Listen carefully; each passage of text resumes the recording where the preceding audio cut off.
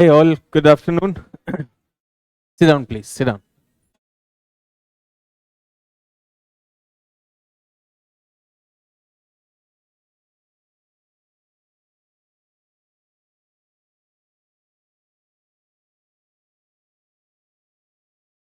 So, last week, to complete your general geography, have you gone through the book? Yes? Any questions? Physical geography, this is the one. So, tomorrow is the last class of general geography. After that, I request you to complete these two books, and I'll meet you in the towards the end of January. Do we get that? Online students, kindly confirm the audio. We were talking about oceans. Yes?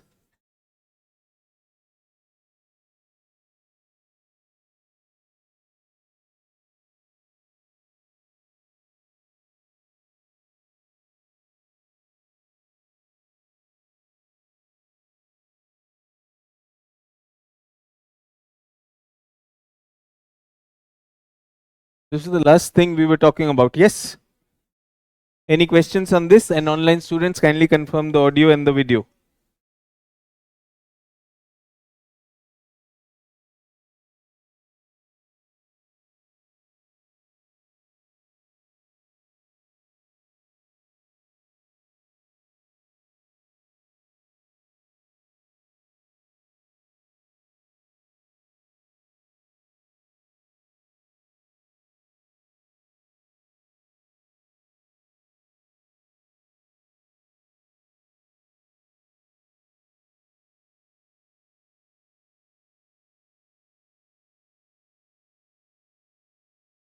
Audio video clear, all students. Yes, any question? No question? तो एक ही चिट्ठी आई हुई मेरे पास. Sir, Dana isolated depression at high altitudes weather pattern. तो बहुत सारे weather patterns बनते कि नहीं बनते? Yes. Should we be interested in that or not? So first of all, when we talk of the technical part of it, so if you are not a geography optional student, you need not worry about the technical part of it. Get that? But yes, you should be aware of it. That is what we are talking about. Yes. Now,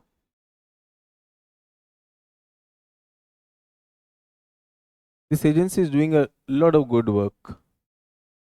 Climate. Get that? So one is the public forecaster for India, that is India Meteorological Department, and the agency which is doing very well is SkyMet. So I would strongly recommend people who are writing civil services examination should follow SkyMet also. SkyMet का इनका YouTube channel है, and they do give us a lot of information. And the forecast is that by 28th, we should expect a little bit more cold coming towards India. They were expecting it on 22nd, 22nd को नहीं आया, तो 28th तक they are expecting some western disturbance to come. This is not only for you, people who I am supporting for the interview also. I told you around 60 plus 70 के करीब बच्चे हैं जिनमें कुछ तो पहले selected थे, they are in the academies, but I'm working with those 40 students. So when we are talking about what to do for interview, one thing we have told them clearly is follow SkyMet. SkyMet is the private broadcaster which is telling us things about that. Now the question is Dana isolated depression at high altitudes. Dana. Get that? अब ऐसे बहुत सारे आएंगे. Isolated. What is this? Depression. I think that should tell us all that is needed. Isolated matlab not a very big system. It's a micro system. Isolated, and depression means low pressure. What is low pressure associated with? Low pressure is associated with warm air rising up. Yes or no? So now I want everyone to understand. Somebody asked me in the previous class also, not previous class, after the previous class, कि sir आपने cyclone के लिए बताया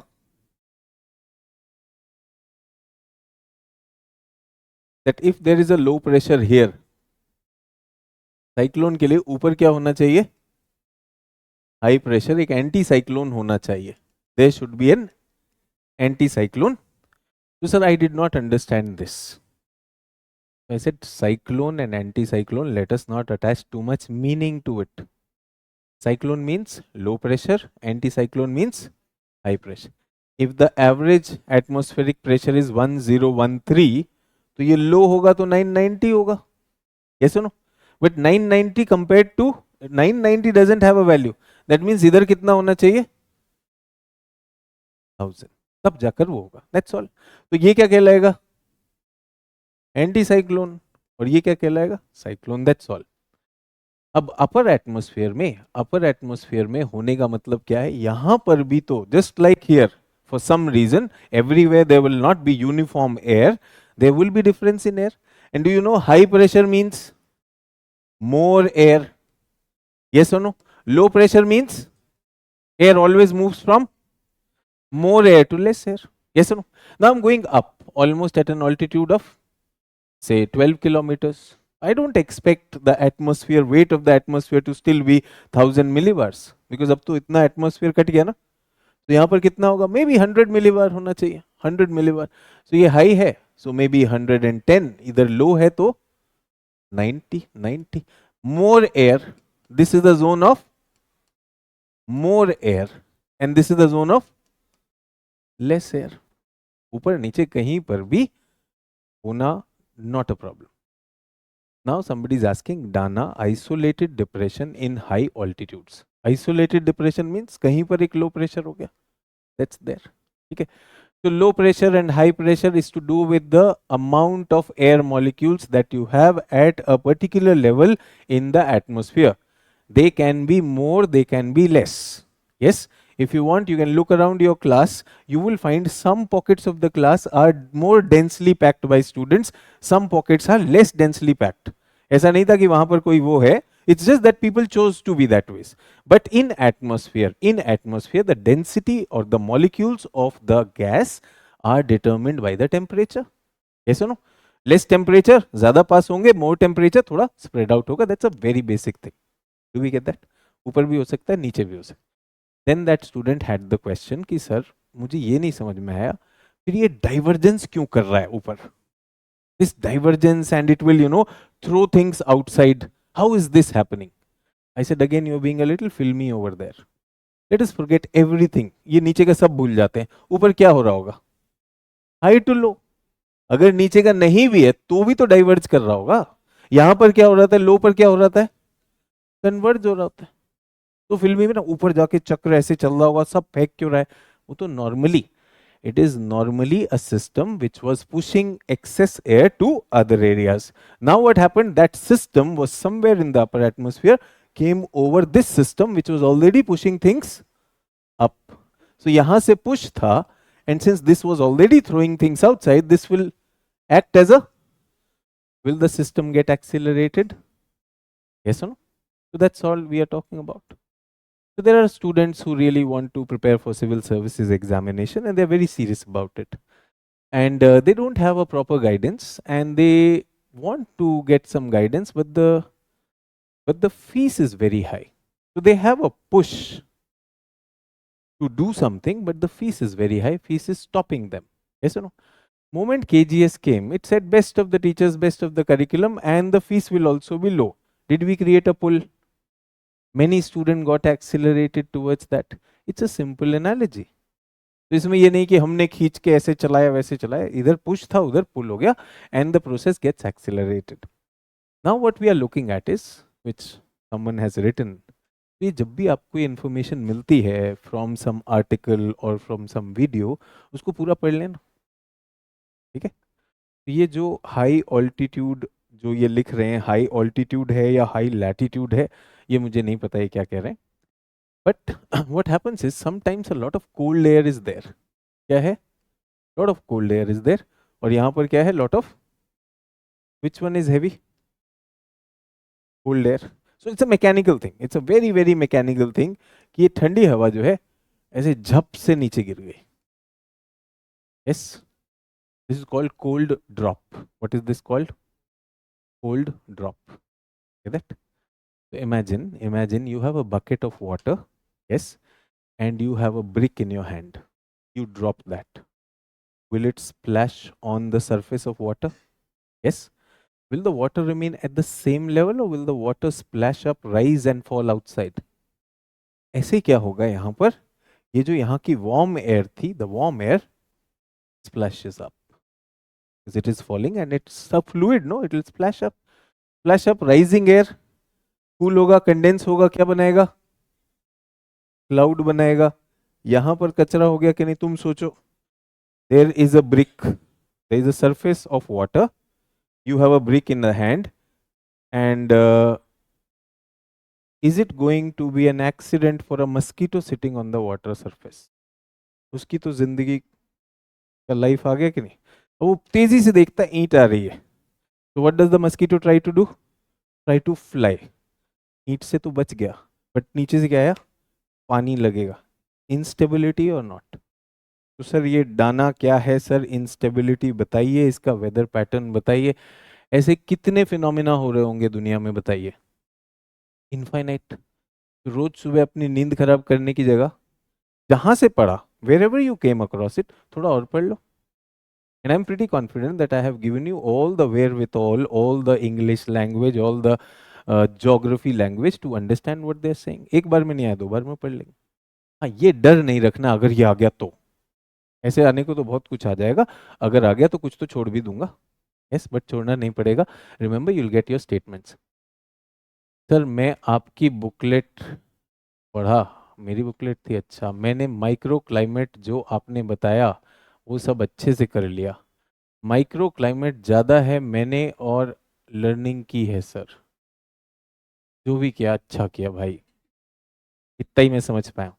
since the word has come micro climate, तो nothing to से कि इनका question सही है गलत है. I could not get the essence of the question, but I want my students to understand what is the meaning of microclimate. It is becoming a very important term. Get that? So the climate which we were talking about the long term, yes, long term average state of atmosphere in a given place. Nowadays what happens is it is winters. It is winters, but the city Delhi is not that cold. कुछ लोगों को लग रहा होगा that's a different story, don't worry, सबका अपना अपना है. कुछ लोग अरे यार जान निकली हुई है. मैं कई बार पता है क्या, टीवी देख के ज्यादा ठंड लगती है, इतनी ठंड होती नहीं. क्या बात कर रहा है, वहां बर्फ गिर रही है. ठीक है. तो if you move out of Delhi, if you move away from Delhi, you will find it is relatively colder. Delhi is not that cold. For that matter, most urban centers, because of their concretization, because of their building structure, architecture, morphology, they are able to obstruct the normal state of atmosphere. अब तेज हवा चलेगी तो ठंडा लगेगा या नहीं? ये सुनो, बट तेज हवा कैसे चलेगी? If you have everywhere skyscrapers, बड़ी बड़ी बिल्डिंग्स हैं, विल दे ब्लॉक इट और नॉट? ये सुनो. So what will happen is that cities will cause the normal climatic conditions to get changed because of the city's own infrastructure and architecture. This is called microclimate. Do we get that? तो microclimate क्या होता है? एक छोटे area का climate because of the local conditions that is varying. So nowadays we hear of something, आपको environment में भी environment teacher will be talking about urban heat island. That's an example of microclimate. ये सब अचानक tsunami आ गई, सब video stuck चल रहा है. तो ऑनलाइन स्टूडेंट्स, तो वीडियो इज टेलीपोर्टिंग. ये क्या होता है यार? मैं टेंशन में आ गया.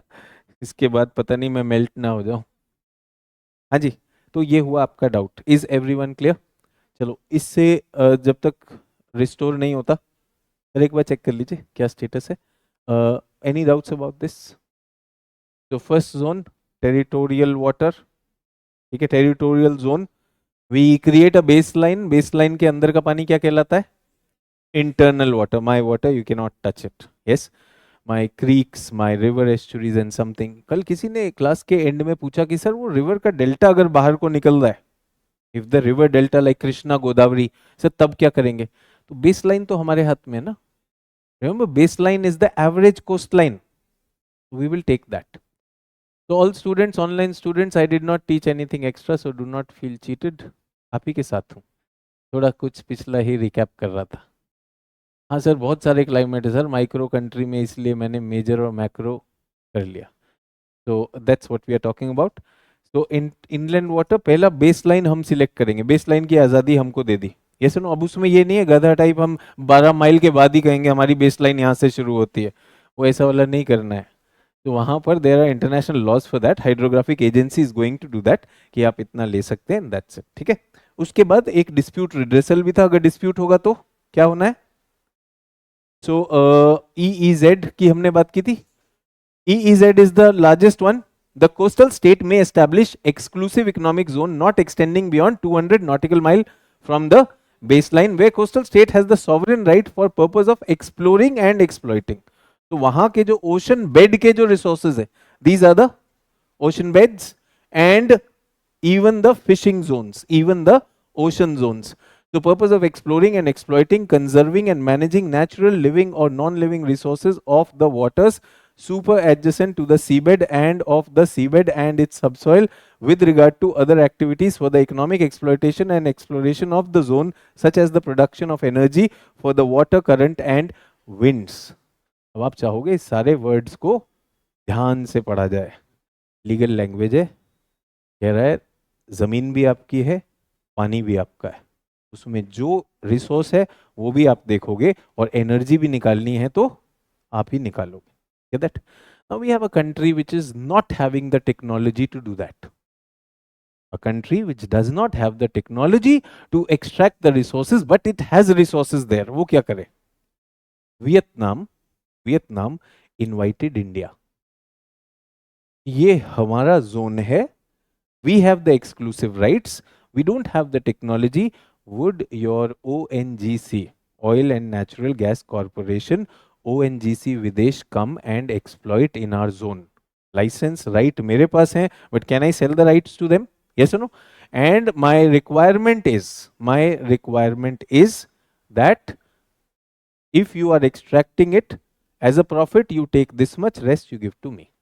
It's a win-win for us. अपने को उसके रिसोर्सेज तो नहीं थे, अपने लिए तो एक्स्ट्रा रिसोर्सेज हो गए. We will do the exploitation, we will include the cost, and then whatever is the profit we will get our share in that. ये तो वियतनाम ने देखा इंडिया के साथ किया. चाइना क्या करता है? चाइना ब्राइब करके ले लेता है. ये सुनो, देखो तुमसे तो निकल नहीं रहा है रिसोर्सेज, मैं निकालूं क्या? True. So that's what we are talking about. Sir, rotational and tidal friction how helping generating energy inside the earth, कहाँ से लाते हैं? How rotational is generating energy inside the earth. मैंने तो नहीं कहा रोटेशन से अर्थ के अंदर एनर्जी जनरेट हो रही है. अर्थ के अंदर ऑलरेडी इतना माल है, ठीक है, 20,000 डिग्री सेल्सियस टेम्परेचर है या नहीं है. तो ये जो तुम साइंस के साथ अत्याचार करते हो, मत करो ना. ये सुनो, टाइडल फ्रिक्शन अर्थ के इंटीरियर में. कौन सी किताब पढ़ना मुझे पता भी नहीं, जो पढ़ दो छोड़ दो पढ़नी. कुछ भी पढ़ेगा आउट ऑफ कॉन्टेक्स्ट पूछेगा, एंड देन वो है अपना भी लाइफ मुश्किल करते, बाकी का भी करते. ट्रू और नॉट. और पीछे क्या लगा देगा? NCERT. अब एक बात बताओ, रोटेशनल एनर्जी अर्थ के अंदर रोटेशनल एनर्जी से हीट जनरेट हो रही है क्या? अगर कह रहा है तो मान लेना. यस और नो? How is it? अब होता क्या है कि क्लास रोक के पहले इसकी NCERT की लाइन ढूंढो. अब इनको NCERT पढ़वाना भी मुश्किल है. NCERT भी पढ़वाना मुश्किल है कि सर टाइडल फ्रिक्शन, अर्थ के अंदर कौन सा टाइड है? अर्थ के अंदर कौन सा टाइड है? NCERT तो कुछ कह रही होगी, ये समझा कुछ है, और तीसरा इसने क्वेश्चन बनाया है. ये सुनो, ये NCERT कह के धमकाना बंद करो. सिंपल चीजें उनको सिंपल ही रहने दो. टाइडल फ्रिक्शन जो अर्थ के अंदर एनर्जी बनाता है, कोई ऐसा टाइडल फ्रिक्शन नहीं है. मैंने लास्ट टाइम ऐसा टाइड वेगनर के लिए सुना था. ये सुनो, अब अमित कुमार कह रहा है सर जियोमॉर्फिक चैप्टर में है, तो जियोमॉर्फिक चैप्टर कल बता दूंगा अमित कुमार जी. और बाकी लोग आप भी देख के आना अर्थ के अंदर टाइड कौन से चल रहे हैं जिनसे एनर्जी आ रही है. ठीक है अमित कुमार जी, कल उसको देख के बता देंगे. क्लास में कुछ टॉपिक है उसे कवर कर ले. Yes. what I'm trying to say here is when you read a paragraph, get the essence of it. ये मैंने किस लिए आपके लिए रखा? बिकॉज EEZ पे बहुत सारे क्वेश्चन आते हैं कि what is the fight, fight किस में होगी? EEZ के लिए तो होगी, nobody is fighting for those two 12 और 12 वाले नॉटिकल माइल में। बट अगर हो भी जाती है, अगर हो भी जाती है, if there is a fight, yes, so fight हो गई किस किन दोनों में? ये दो कंट्री है, this is Peru and this is Chile, yes. So Chile said that this is our border. So this should be our border in the ocean also. Peru said ये हमारा बॉर्डर है तो हमारा ऐसा होना चाहिए। दोनों में लड़ाई होगी। अब ये जोन इज डिस्प्यूटेड और नॉट? ये बोलेंगे हमारा जोन है, वो बोलेगा हमारा जोन है, because of the line that you have drawn, yes और no? They have drawn this line, so they were not able to resolve it. So अब किसके पास जा सकते हैं? ट्राइब्यूनल के पास. When they went to the tribunal, tribunal said we are not going to take your course, your case until unless you agree. जो हम बोलोगे, जो हम बोलेंगे वो मानना पड़ेगा. They said yes, we will agree, absolutely. So tribunal looked into it. Tribunal ने कहा एक पॉइंट लेते, ये आप लोगों का लड़ाई चलता रहेगा. Let us take a point which is equidistant from both the countries. ठीक है? Let us take all such points which are equidistant from this thing. ये आपकी बाउंड्री, अब लड़ना बंद करो. ये चिली का, ये पेरू का. That's it. They agreed. They said thank you. चल गया. But China, चाइना को बोलो कि like China, when we are talking about South China Sea, so this is what is East China Sea and this is South China Sea. This is Philippines. This is Vietnam. So they are claiming that this area should be ours. China says no, entire South China Sea is ours. लोगों ने कहा भाई कोई तो logic होगा. Where do you get this? I told you last class, ancestral thing. तो they said भाई देखो यार, एंसिस्ट्रल तो ऐसे कुछ भी हो सकता है. The world spent almost 3 decades talking about this and we set for some law. अगर इंटरनेशनल लॉ से नहीं चलेंगे तो फिर क्या है? तो दे सेड कि भाई इनका भी ये होता है, आपके भी जोन्स होंगे and everyone can have that. Get that? So why am I repeating this? Some of you might say, sir, ये तो last class में हुआ था. So they said this is the only thing that you are allowed. China said कुछ island भी हैं. They said जो island है उसके चारों तरफ भी आपका एरिया है. Yes or no? You can do that. But the problem is those islands are disputed. Patle island की अगर हम बात करें, yes, स्कार्बरो रीफ की अगर हम बात करें, those are disputed. China says वो मेरा है, बाकी कह रहे हैं वो मेरा नहीं है. तो चाइना ने कहा अच्छा लड़ाई छोड़ते हैं, एक काम करते हो, जहां जहां कम पड़ रहा है उधर जाकर हम अपना मिट्टी डाल देते हैं. चाइना ने अपने आइलैंड्स बनाने ही शुरू कर दिए. तो this rule applies only to natural islands. The crux of the story is, ऐसा नहीं कि मिट्टी डाल के जो है आइलैंड बनाया और बोला अब मेरा यहाँ से शुरू हो जाएगा. Natural islands, even if they are created by sediments, you are allowed. Say for example we had this island created, आपने एक आइलैंड सुना होगा, India Bangladesh border, new Moore island. If you look at the atlas, वहां पे आप देखोगे बिल्कुल border पर एक न्यू मूर आइलैंड है. तो 1970 there was a cyclone, severe cyclone over there. Cyclone के साथ the ocean gets churned and along with that sediments are also there. So those sediments came on the surface and a new island surfaced. So new island surface होगा, that's a natural island. You will claim whatever you want to with that. Is this clear? This was from the last class. I hope you get the clarity on that. Now let's go to ocean bottom profile.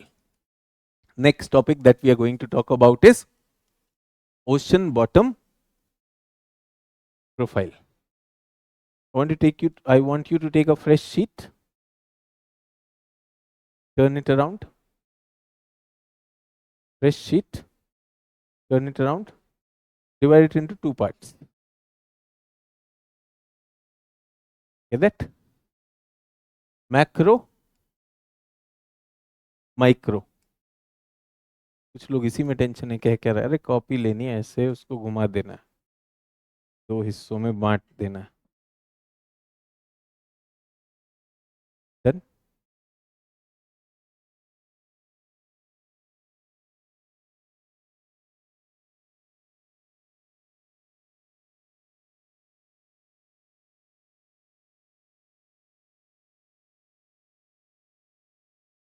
Kumar Shamu का इतना mathematical question, sir if any island of another country under 12 nautical mile then what will happen. बेटा जब भी ऐसा होगा overlap ही तो होगा ना। Did we not say that? ये बता चुका हूँ कि नहीं? अभी बोल रहा है कि उसी का आइलैंड है और आप ही के बिल्कुल टच कर रहा है, तो अब तक तो जीत लेना चाहिए था, रख लेना चाहिए था। ये सुनो, तो लेट्स नॉट क्रिएट दैट। मैंने अभी आपको बोला अगर अगर ओवरलैप होगा तो there is a litigation, there is a way of doing that, you can deal with that. And I want to tell you, आप तो अपना सोच रहे हो, थिंक अबाउट यूरोपियन कंट्रीज, वो सब छोटू छोटू कंट्रीज हैं, छोटू छोटू कंट्रीज। 12 नॉटिकल माइल क्या, 1 नॉटिकल माइल नहीं मिलेगा वहां पर? ट्रू और not? And all Chhotu countries have agreed, ठीक है लड़ने का कोई फायदा नहीं, इतना तेरा इतना मेरा। That's what we are talking. थोड़ा सा यूरोप वाले छोटे कंट्रीज को जॉइंट फैमिली में लिविंग आ गई है। ये जो एकदम बिंदास चौड़े में रहते हैं ना, सिंगल वाले, न्यूक्लियर फैमिली वाले, अरे कोई आ गया मेरे एरिया में तो क्या होगा, हाँ हाँ बात की जाएगी, चाय कॉफी पीछी जाएगी, आओ बैठो बात करते हैं, that's how things will happen. Okay, so macro. तो first of all let, please let me draw it. तो ये हमारा लैंड है, लैंड को हम नियरली फ्लैट कर रहे हैं, and remember this is water. तो when I talked about Harry Hess, when I talked about Harry Hess, उनका ये मानना था ओशन बॉटम्स आर फ्लैट। तो ये ओशन हो गया, ओशन के नीचे the bottom is expected to be flat, ऐसा माना जाता था। But we studied it did not turn out to be this. और वहां पर हमें क्या मिला, यहां से पहले थोड़ा सा शैलो होता है, यस, फिर स्टीप शैलो होता है,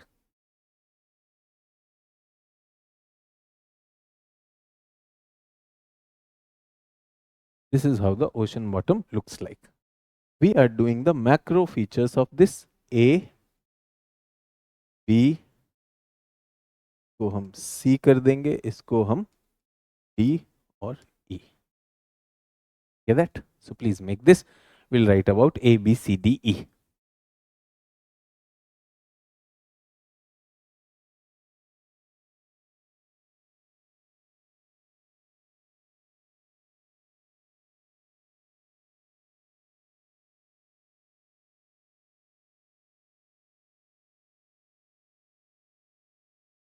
A, B, C, D, E. I will be giving the names also for A, B, C, D, E. A and B lie on the continental, MARGIN. What is margin? Continent का किनारा.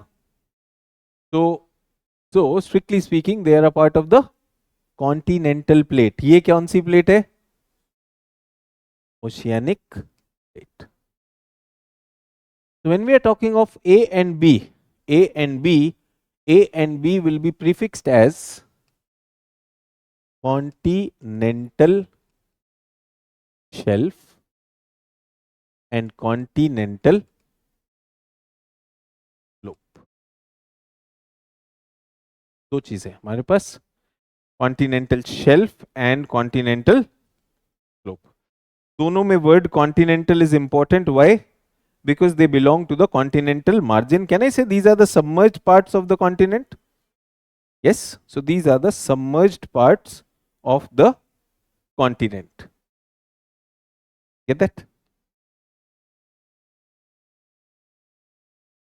After that, C is the point where continental and oceanic part meet and a deep is created. What will we call it? C is a trench, or we can use the word deep also. D is the flat ocean bottom plane. What is it? Flat ocean bottom plane. इसके लिए word है, remember, abyss, abyssal plain. And E is a ridge, तो oceanic ridge. First, the names should be known to all of us.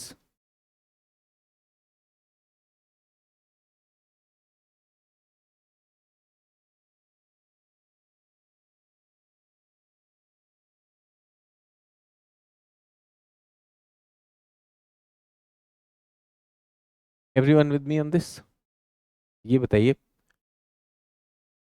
Continental shelf की क्या properties होंगी if I tell you that this is the seaward extension of land up to 200 metre depth. जल्दी से लिख लो, seaward extension of land up to 200 metre depth.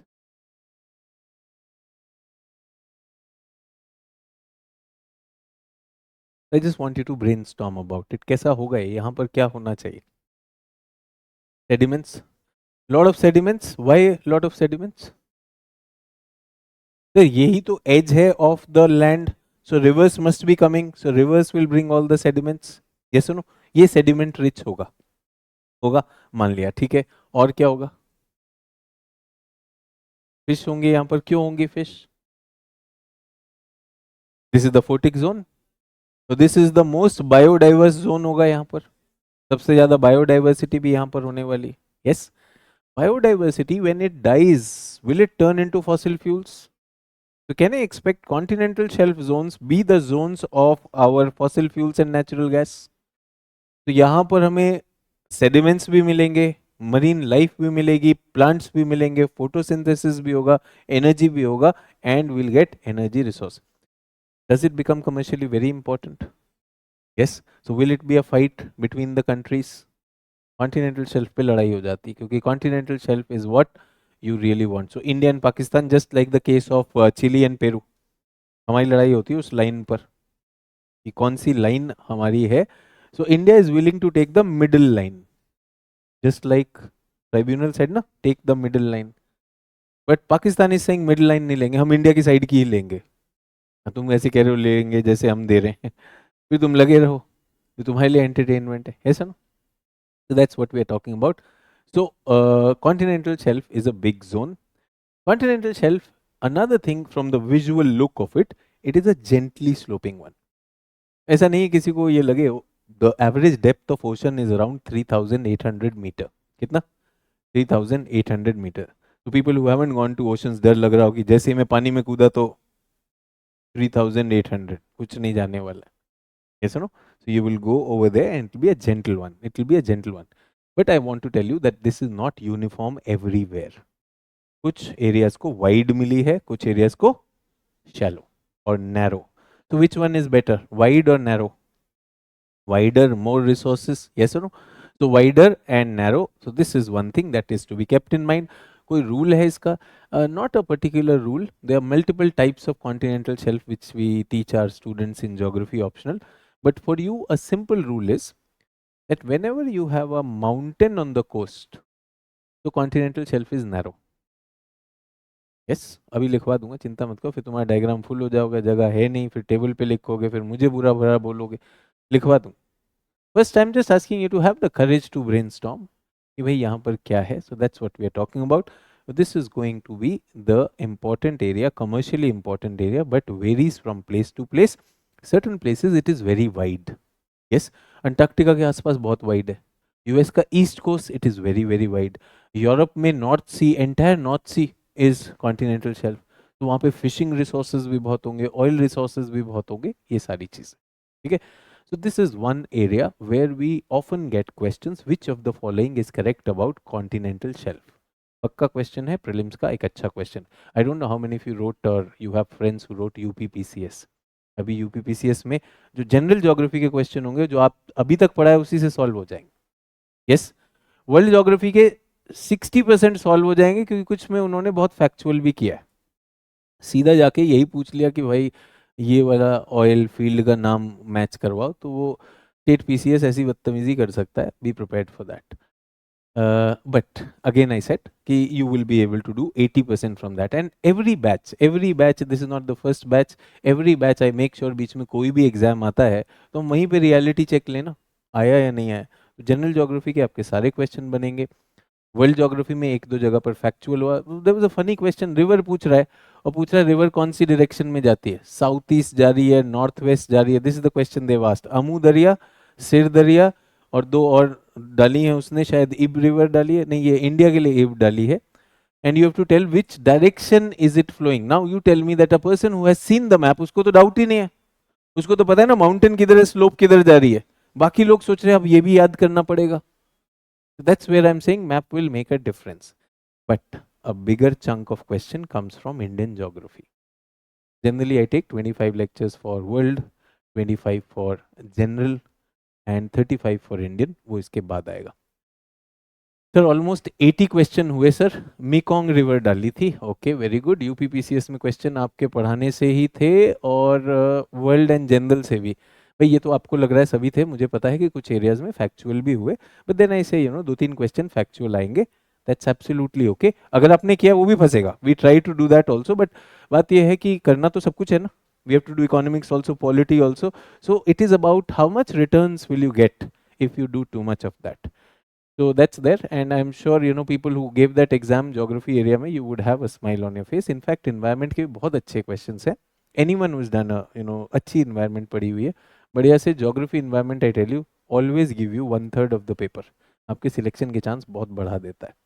So that's keeping that in mind, I'm saying be very serious about reading Indian geography, बहुत question आएंगे prelims में भी mains में भी, so spend a month in this and when I come that is also।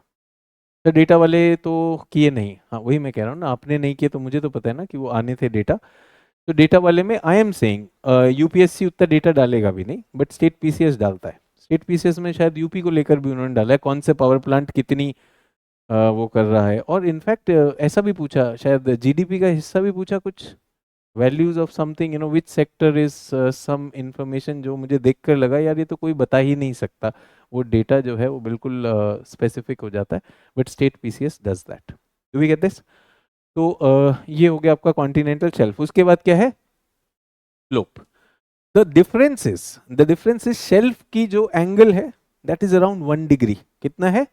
Horizontal से 1 degree, और slope का angle कितना है? 3 to 4 डिग्री, कितना? 3 to 4। फोटो में लग रहा है, ये लग रहा है एटलीस्ट, कितना एंगल लग रहा है? एटलीस्ट 20-30 डिग्री लग रहा है, और ये कितना एंगल लग रहा है स्लोप का? 60 डिग्री। ये फिर ऐसे क्यों बनाया जाता है? क्योंकि एग्जैजरेशन होता है। एक्चुअली ओशंस क्या है, वो अगर मैंने ओशंस का डायग्राम बना दिया ना, सचमुच का डायग्राम, तो ऐसा है,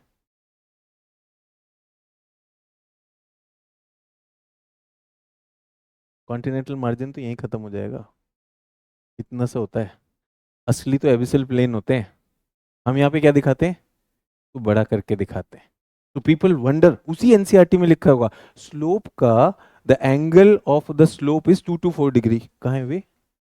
ये कैसे 2 to 4 डिग्री? हो ही नहीं सकता है। फिर स्टूडेंट को लगता है कि अगर 2 to 4 डिग्री चलेगा तो फिर ये कितना लंबा चलेगा? That's what we are talking about. ये कॉन्टिनेंटल मार्जिन कुछ भी नहीं होता है। This is the area that we are talking about, mostly it is the abyssal planes.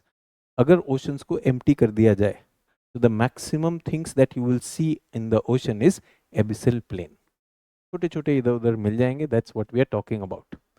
Yes. Test में साइकिल पंक्चर कैसे निकालें वो भी पूछा था। अच्छा एक बात बताओ, यू पीपल आर लाफिंग, अभी आप लोग हंस रहे हो कि साइकिल पंक्चर पूछा, ये भी पूछ लिया था। You are the same people who ask the teacher sir आप ही के नोट से आएगा कि नहीं? आप ही के सामने the examiner is telling you यार मैं कुछ भी बॉलिंग में जैसे भी चाहूं तुम बैटिंग सीख कर आओ। नहीं सर, जैसे आप बॉल डालते हो वैसे ही बॉल आएगी कि नहीं? वैसी ही आएगी। That's what we are talking about, and I think you should enjoy the paper also. कुछ चीजों में तो एकदम वाह क्या क्वेश्चन बनाया है, और छोड़ देना चाहिए, तारीफ भी करनी चाहिए यार, वो कई कई बार इंप्रेस करने के लिए भी होता है। I remember I have these two brothers, they are already in the service, एक आईपीएस हो गया, एक एमपीपीसीएस हो गया, and they were a little concerned. Give me 1 minute, I'm talking about this because these days I'm talking about interviews. So something happened to them. उन्होंने 2 interview पहले दिए हुए थे and they said कि सर इंटरव्यू में और marks के लिए इस बार हम इंटरव्यू हिंदी मीडियम में देंगे. दे वर राइटिंग इन इंग्लिश. दोनों अच्छे इंजीनियर्स थे, बहुत अच्छा आंसर्स भी लिखते थे. The English was also good, but they said sir spoken में हिंदी में हम बहुत कंफर्टेबल है. मर्जी है, जब आपका एग्जाम हो रहा है and you want to try some experiment तो कर लिया. तो the guy who is in IPS is in Maharashtra, good, very good prospect. I said, कैसा हुआ interview? So we were just talking. So when I talk to my students, so my interview tips are based around some wow moments. Wow moment means that the 5 members are listening to you, and when you are leaving the board, उनको लगना चाहिए थोड़ी देर और रुकना चाहिए था. So we work on those wow moments. So he gave me a call. He said, sir interview तो हो गया, but wow moment कोई नहीं हुआ. So I said, कोई बात नहीं, कई बार नहीं मौका मिलता. इसे सर वो क्वेश्चन ही नहीं पूछ रहा था, हिंदी वाला कभी नहीं लेना चाहिए. मैंने कहा क्यों, क्या हो गया? इसे sir that fellow he was asking questions. Question was कि देखिए आपको लगता है कि इंडिया में जो इकोनॉमिक रिकवरी है इसमें कुछ लोग आगे बढ़ रहे हैं, के शेप्ड रिकवरी, और कुछ लोग गरीब गरीब होता जा रहा है, तो ये इम्बैलेंस है या नहीं? अब इस क्वेश्चन का आंसर क्या है सर? मैंने बोला हाँ. अच्छा चलिए दूसरा क्वेश्चन पूछता हूँ. बोला आंसर ही देता था सर वो, मुझे सिर्फ हाँ या ना बोलना होता था. दैट फेलो जो क्वेश्चन पूछा उसके बारे में बताता है. क्यों आपको लगता है ऐसा होना चाहिए? नहीं होना चाहिए सर. ऐसा लगता है? हाँ होना चाहिए. तो it so happens we are thinking, हम लोग अपने एंड पे सोचते हैं कि यार I am going to give interview, I am afraid मेरे साथ क्या होगा. आप सोचो ना, इंटरव्यू में भी तो एक पैनल आता है. That panel itself eight times may not be a person who is very experienced. आपको क्वेश्चन पूछना, आप क्वेश्चन पूछो, वो नया नया है, सबको इंप्रेस कर रहा है, वो अपने ज्ञान से इंप्रेस कर रहा है. देखो पॉलिटिक्स में जो चल रहा है ना, तो जिस तरह से ये जो ईवीएम है, ईवीएम पर अगर वीवीपैट में वो आता है और वो कनेक्शन है, तो क्या एक चांस है कि कुछ उसमें एरर हो जाए? आपको क्या लगता है या नहीं है? है. हाँ तो वही मैं कह रहा हूं, तो डेमोक्रेसी को डीपन करने सब बता दिया उसने बोर्ड को कि वो कितना जानता है, ताकि अगली बार भी उसको बुलाया जाए. इधर स्टूडेंट का मौका चला गया. So that's what we are talking about, that interview is something where 5 mature people are going to make you talk, and through your conversation they're going to assess what kind of a person you are. मौका ही नहीं दे रहा था यार. तो कई questions ऐसे आते हैं एकदम वाह सर वाह, पुरुष नहीं महापुरुष हो सर, अब मुझे भी पूछ लो. तो दैट्स दैट. सर ज्योग्राफी पढ़ना मजबूरी में स्टार्ट किया था, बताओ, पर आज सर आपने पढ़ाया तो सर मजा आने लगा. तो मजबूरी क्या थी ये बताओ मुझे, गन पॉइंट पे किसने रखा था ये बताओ. अब मेरे पढ़ाने से थोड़ी मजा आया, तुमने पढ़ा इसलिए तुम्हें समझ में आया यार, समझ आया, दैट्स इट. सो अगर अगर यही अनुभव किसी और सब्जेक्ट में करना है तो मजबूरी को थोड़ी देर झेल जाओ. वंस द मजबूरी part is over it turns into मजा. So do that with other subjects also, and particularly important subjects. Polity बहुत क्वेश्चन आएगा, भर के आएगा. यू आर वरीड फेल होने का, आई एम सेइंग अच्छे एरियाज आइडेंटिफाई कर लो जिसमें आप पास हो ही जाओगे. मेहनत लगेगी उसमें, अच्छा मजबूरी वाला स्टेज क्रॉस करना पड़ेगा. तो geography is one, environment is another crucial areas I am talking about, और पॉलिटी अच्छा एरिया है.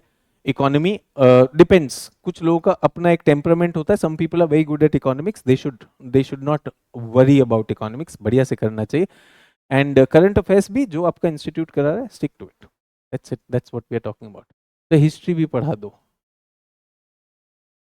अरे हिस्ट्री के बेस्ट टीचर आपके पास है, मैं कहाँ से पढ़ा दूँ? मुझे मुझे ज्योग्राफी नहीं पूरी आती, तुम हिस्ट्री बोल रहे हो. Yes come back. ये हो गया पहला डायग्राम. चलो. So we are looking at, this is an exaggeration, the reality is not like that. उसके बाद क्या होता है? स्लोप आ जाता है. Yes please write in the next page. ये तो डायग्राम वाला पेज है ना, so please write down continental shelf.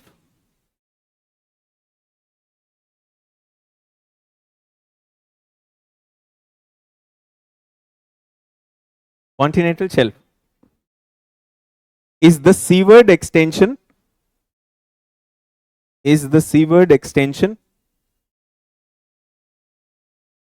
of the continent which extends up to which extends up to shelf break, which extends up to, एक नया word डाला, मुझे नहीं पता एनसीईआरटी में दिया है या नहीं दिया है. Shelf break. शेल्फ ब्रेक क्या है?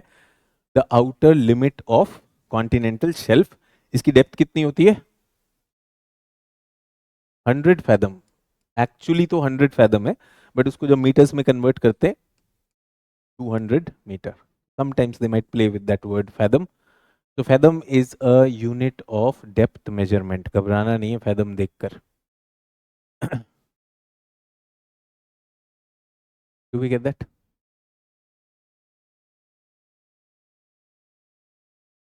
Sarita Kumari, please focus on the class. सब बताएंगे, do not worry, please trust me on that. तो सेल्फ ब्रेक तक एक्सटेंड करता है. Yes, this is the photic, this is the photic life zone with max biodiversity. Photic life zone with max biodiversity receives all terrestrial sediments in a graded pattern. Average slope, angle 0.5 to 1 degree, average width around 80 kilometers, variable, maximum or narrow shelf along mountainous coasts. Narrow shelves along mountainous coasts. Wherever you have a mountain range, वहां पर क्या हो जाएगा? Narrow shelf हो जाएगा. ठीक है.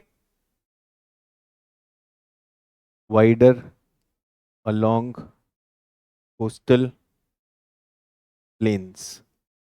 जहां पर प्लेन्स है उधर वाइड हो जाएगा.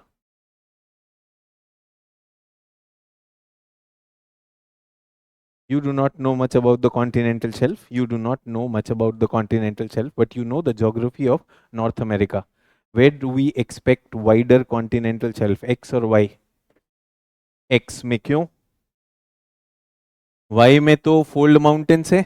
यस और नो? Y में तो फोल्ड माउंटेन्स है, convergent boundary.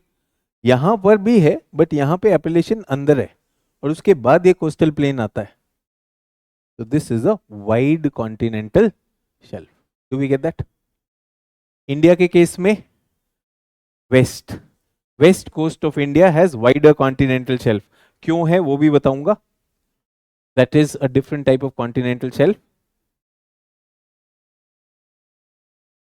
Is everyone with me on this? ठीक है. Continental shelves are known for their resources. Continental shelves are known for their biotic and abiotic resources. Are known for their biotic and abiotic resources. In bracket you can write down mineral fuels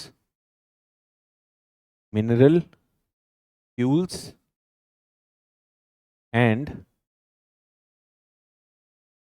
mineral sediments.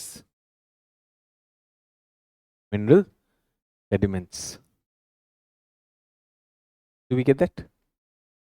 और यहाँ पर port बनाना भी easy हो जाएगा ना. Port और harbours, yes no, offer greater opportunities for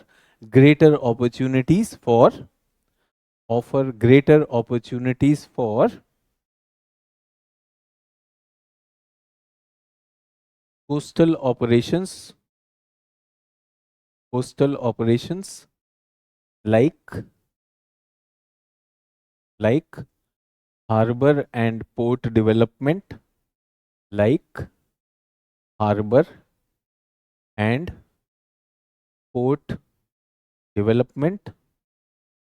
as well as offshore as well as offshore activities. Offshore में जैसे oil निकालते हैं, drilling and all that, those activities also, these are better placed. Why am I doing this? ये थोड़ा सा dictation इसलिए दे रहा हूँ. I expect certain areas जहाँ पर आपको मेंस में लिखना पड़ सकता है. You can borrow these ideas. Exactly यही नहीं पूछेगा, but आपको समझ में आना चाहिए. You can borrow these ideas in your answers and develop them accordingly. Get that? Next, give the heading. Continental. अच्छा, यहाँ पे लिखो. Around 7.5%.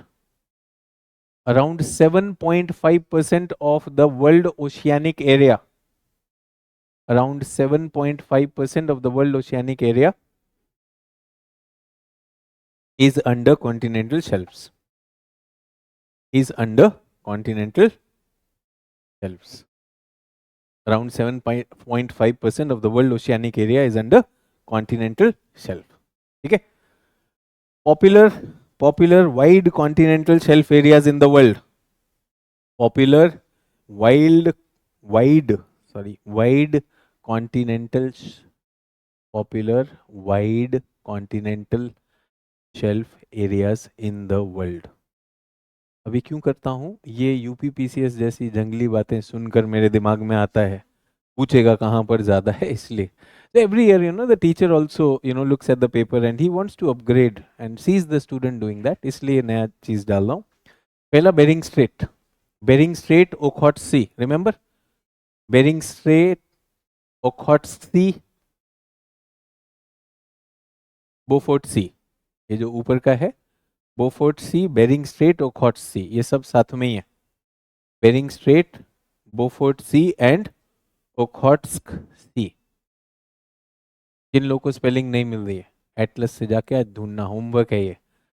आप चाहो तो इसे पंजाबी में, बंगाली में, उर्दू में, जिसमें लिख लो आज. ठीक है. Next, second one, North Sea and Baltic Sea. North Sea and Baltic Sea. Third, Atlantic coast of North America. Atlantic coast of North America.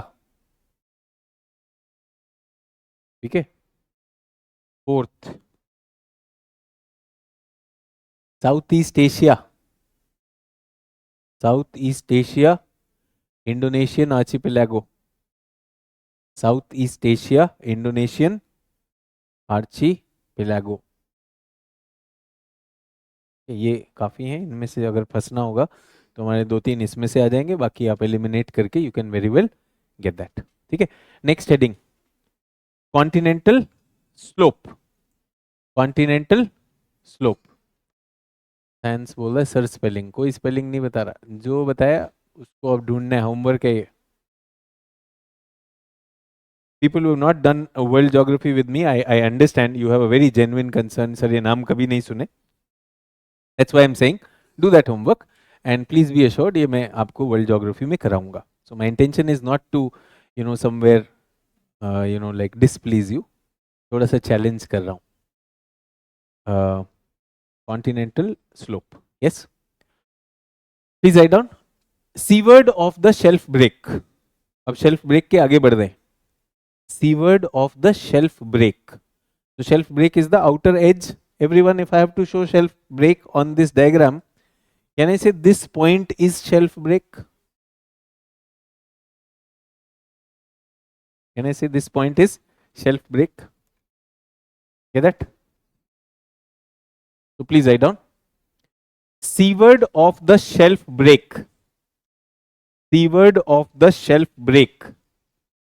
The continental margin. Seaward of the shelf break, the continental margin. The continental margin slopes with a steeper gradient. Continental margin slopes with a steeper gradient. Gradient का मतलब slope ही होता है. ठीक है. This part is called the continental slope. This part is called the continental slope with an average slope of with an average slope of 2 to 5 degrees, 2 to 5 degrees, and a depth ranging from 200 to 3000 meters. 200 to 3000 meters. So will this be a photic zone or dysphotic and aphotic? यहाँ पे light कम जा रही है, उतनी life नहीं है यहाँ पर, ठीक है. So one thing which I want to add here is, तो थोड़ा सा डायग्राम को मैं 3D करता हूँ. Okay, just have a look at this, just have a look at this. तो यहाँ पर क्या इकट्ठा हो रहा है, स्लोप पर क्या इकट्ठा होता जा रहा है, sediments everyone, sediment, sediment, sediment, sediment, and is it getting pushed or not? Is it getting pushed? तो जो यहाँ पे sediment जब pile up हो जाता है, some of the sediment rolls down, ऐसे roll down कर जाएगा. Yes or no? So can I say the slope will actually look like this? इस तरह का हो जाएगा कि नहीं slope? उसमें इस तरह के furrows हो जाएंगे. Yes or no? furrows को क्या कहते हैं? V-shaped valley, gorges and canyons. So can you see this? This is a smooth surface. So imagine this is the slope. Is it smooth or does it have furrows? It's smooth. Okay. And look at my hand. Is it smooth or does it have furrows? Furrows. So which one is a real representation of a slope? My hand. Do you get the idea? ये कैसी लगती होगी? इसमें इस तरह के furrows होते हैं. आपकी बुक में लिखा होगा कि this is having gullies and canyons यहाँ पर फॉर्म होते हैं. That's the only unique thing. तो पहले अपना डायग्राम थोड़ा सा कर लो, अगर करने की संभावना है तो. अगर आपको लगे मुझे ड्राइंग नहीं आती तो it's absolutely okay, I will make you write down. Sir depth कितना था? 200 to 3000 metre. That is what I said Manisha. If you have not written please write down. Yes, so 200 to 3000 meter, this diagram, and you can write down.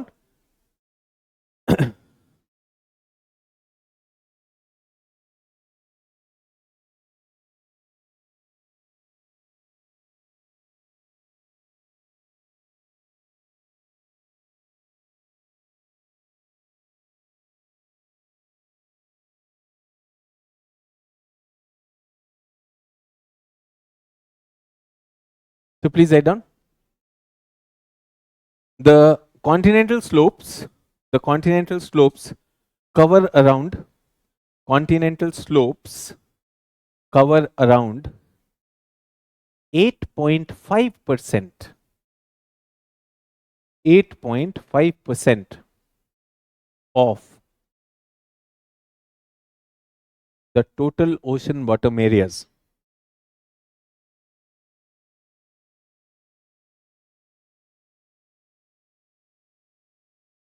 They are characterized by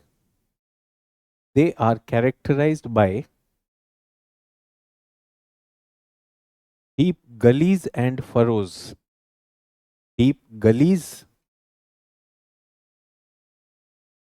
LLIES, gullies and furrows along their surface, referred to as submarine canyons.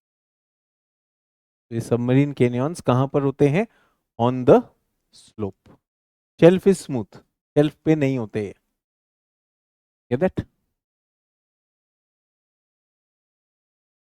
They are characterized by deep gullies and furrows called submarine canyons.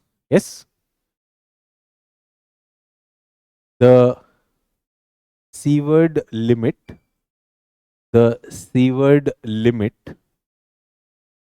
of the slope,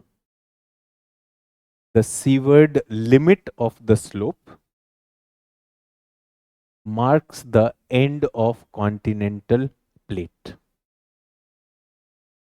The seaward limit of the slope marks the end of the continental plate या continental margin. Everyone, can you see this line? यहाँ पे continent खत्म हो जाएगा कि नहीं? Yes. And is often associated with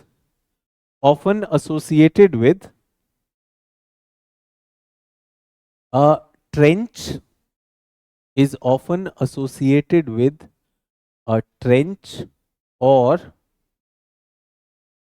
a rise, a trench or a rise at its foot, at its foot. Let's try and understand this English. ये खत्म हो जाएगा यहाँ पर. The slope will end here. Can I say it marks the end of the margin? उसके बाद क्या आया? ट्रेंच आया. क्यों? क्योंकि ये दो प्लेट क्या कर रही है? कन्वर्ज कर रही है. तो it is at its foot we can expect a trench. Now imagine इस साइड में भी, this side also there is this continental margin, और ये इसी प्लेट का हिस्सा है. तो अभी यहां पर तो कोई ट्रेंच है ही नहीं. पॉसिबल, हर जगह ट्रेंच होना जरूरी नहीं है. तो मुझे एक बात बताइए, अगर यहां से सेडिमेंट्स नीचे आएंगे तो वो क्या करेंगे नीचे जाकर? विल दे पाइल अप और नॉट? ऐसे एक पाइल ऑफ सेडिमेंट्स बन जाएगा कि नहीं नीचे? इसको क्या बोलते हैं? इसको क्या बोलते हैं? ट्रेंच. तो at the edge of it, at the foot of it, नीचे क्या मिलेगा आपको? या तो राइज मिलेंगे, सेडिमेंट का एक पाइल मिलेगा. अदरवाइज कन्वर्जन बाउंड्री है तो what will we find? Will find a trench. Is everyone okay? Are we clear? ये हो गया आपका कॉन्टिनेंटल स्लोप. स्लोप भी हो गया. Please write down abyssal plains. Trench बाद में करेंगे, ट्रेंच और रिज बाद में करेंगे. Abyssal plains. Abyssal plains are the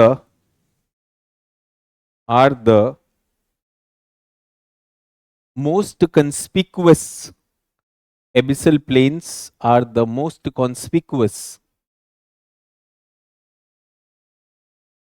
and vast, most conspicuous and vast in size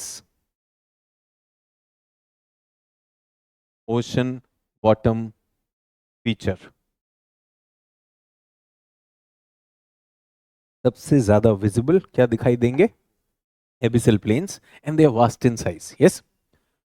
Generally they are characterized by gentle sloping,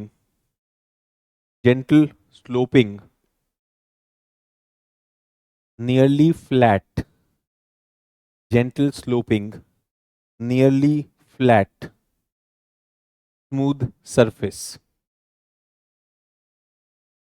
Nearly flat, smooth surface with depths ranging from, with depths, कितनी depth होगी इनकी? 3000 से तो ज्यादा होनी चाहिए.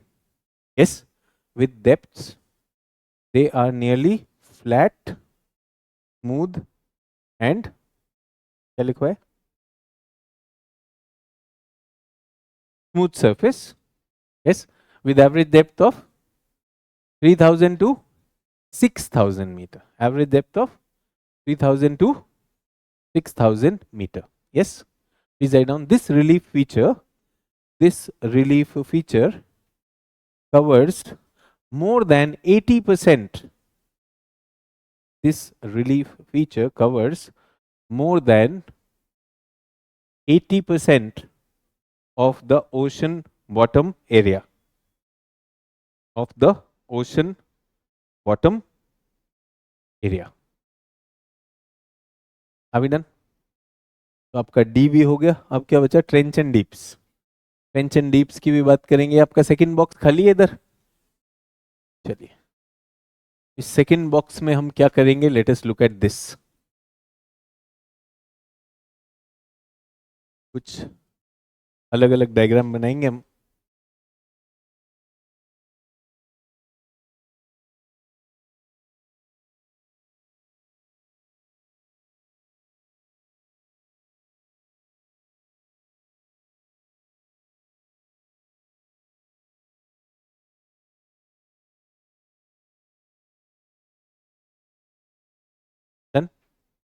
ये क्या बनाया मैंने? What is this?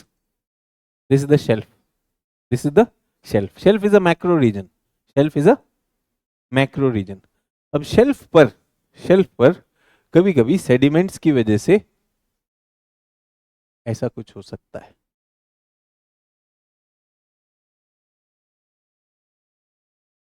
Do you get that? 1 and 2. 1 is a shoal and 2 is a bank. There can be a shoal and there can be a bank on the shelf itself. Okay? What are these? Isolated shallow region. दोनों के दोनों क्या हैं? They are on the shelf, on the located on the continental shelf. Shoal and bank are isolated shallow regions located on the continental shelf. What is the difference? What is the difference? Difference आप लोग बताएंगे मुझे. There is a ship which is coming. Yes. किस चीज से उसको problem होने वाली है? For ship is coming here. शोल से. क्योंकि बैंक के पास though it is shallow but ये शिप बैंक के ऊपर से निकल जाएगा. तो the distinguishing factor is dangerous to surface navigation. Dangerous to surface navigation. So if you have a boat, if you have a ship and a shoal is coming in front of you, then it is a very shallow area. Your ship may collide with it और वो ship में क्या हो जाएगा? एक rupture हो सकता है, puncture हो सकता है. So that is dangerous for surface navigation. Banks are not. Banks are navigable. यहाँ पर क्या है? Navigable. ठीक है? Now, can I say banks are relatively more illuminated? इस कम डेप्थ है ना? कम डेप्थ है तो ज्यादा सनलाइट जा रही होगी. कैसे नो? तो शोल भी तो है, शोल भी है और वहां भी है. Because they are more illuminated, can I say more chance of photosynthesis? Better photosynthesis means better plankton. Better plankton means better fish. Better fish means humans will like to fish over there. Fishing grounds. तो कहाँ fishing करनी चाहिए? Bank में करो. शोल में भी fish मिलेगी, शोल में भी फिश मिलेगी बट डेंजर है. तो वहां पर क्या लेके जाओ? शोल में फिशिंग करते बिल्कुल की जाती है. इंडिया में तो बहुत सारे शोल्स में मैंने देखा फिशिंग होते हुए. छोटू नाव है ना, छोटू नाव इधर आ जाएगी, बड़ी नाव इधर आएगी. Yes. So banks are navigable and known for fishing. अच्छे फिशिंग के लिए जाने जाते हैं. Banks are navigable and are known for fishing. तो शोल के पास भी हो सकती है but then as I told you there are issues associated with navigation. But otherwise shoal पे छोटा मछुआरा वहां पे खूब करता है. Do we get that? दो वर्ल्ड के फेमस फिशिंग बैंक्स जो एग्जाम में अक्सर पूछे जाते हैं. एक है ग्रैंड बैंक, ग्रैंड, और दूसरा Dogger bank. Dogger bank is in North Sea. ठीक है. और ग्रैंड बैंक इज कनाडा के कोस्ट पर न्यू फाउंडलैंड आइलैंड के पास. Get that? So off the coast of Canada, remember east coast of Canada where river Saint Lawrence का mouth है, वहां पे न्यू फाउंडलैंड नाम का उनका एक प्रोविंस है. वहां पर we have the grand bank. And where is Dogger bank? Dogger bank is in Europe. ये नॉर्थ अमेरिका में है. Dogger Bank, famous fishing bank. This is in Europe.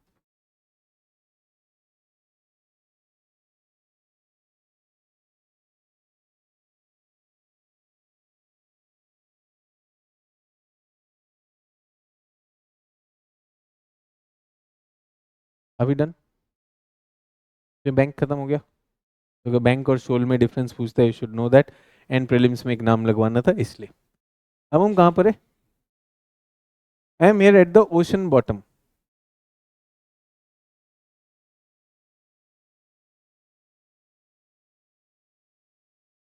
ठीक है, तो ये क्या है? T, D1, D2, D3, get that?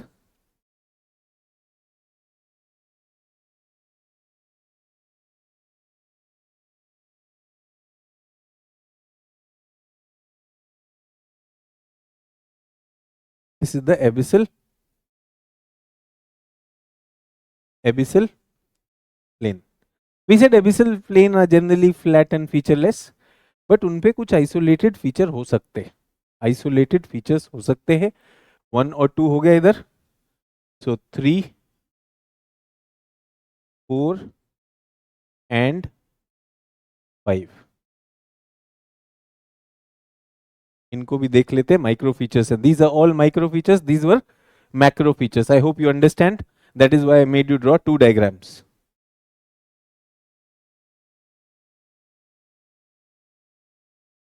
What is number 3?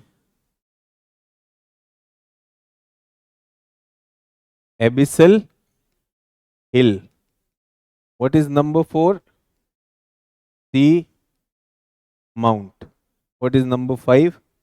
GOYOT, Gayot. So what are 3, 4, 5? 3, 4 and 5, they refer to isolated elevations. ये simple English है। Isolated मतलब छुटपुट, इधर उधर फैले हुए। एलिवेशन मीन्स ऊंचाई। Remember somebody asked me a question today, sir ये है आइसोलेटेड डिप्रेशन। आइसोलेटेड मतलब फैले हुए, इधर उधर पाए जाने वाले। Depression means low pressure. So these are small little high features found on the ocean floor, and 3 types of them are there. What are they? Abyssal hill, seamount and Gayot. Simple way to remember is, if the height is less than 1000 meter, then it is abyssal hill.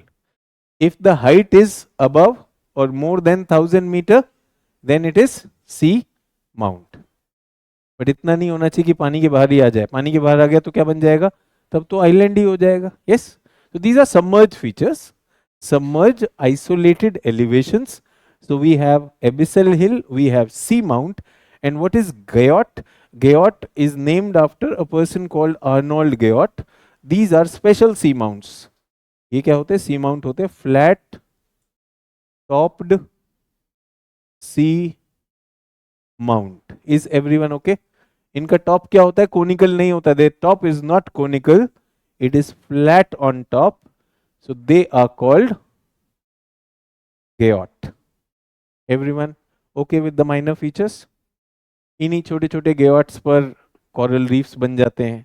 Coral reefs will create their own islands on that. तो environment में मेरे ख्याल से coral reef and coral bleaching बताया जाएगा।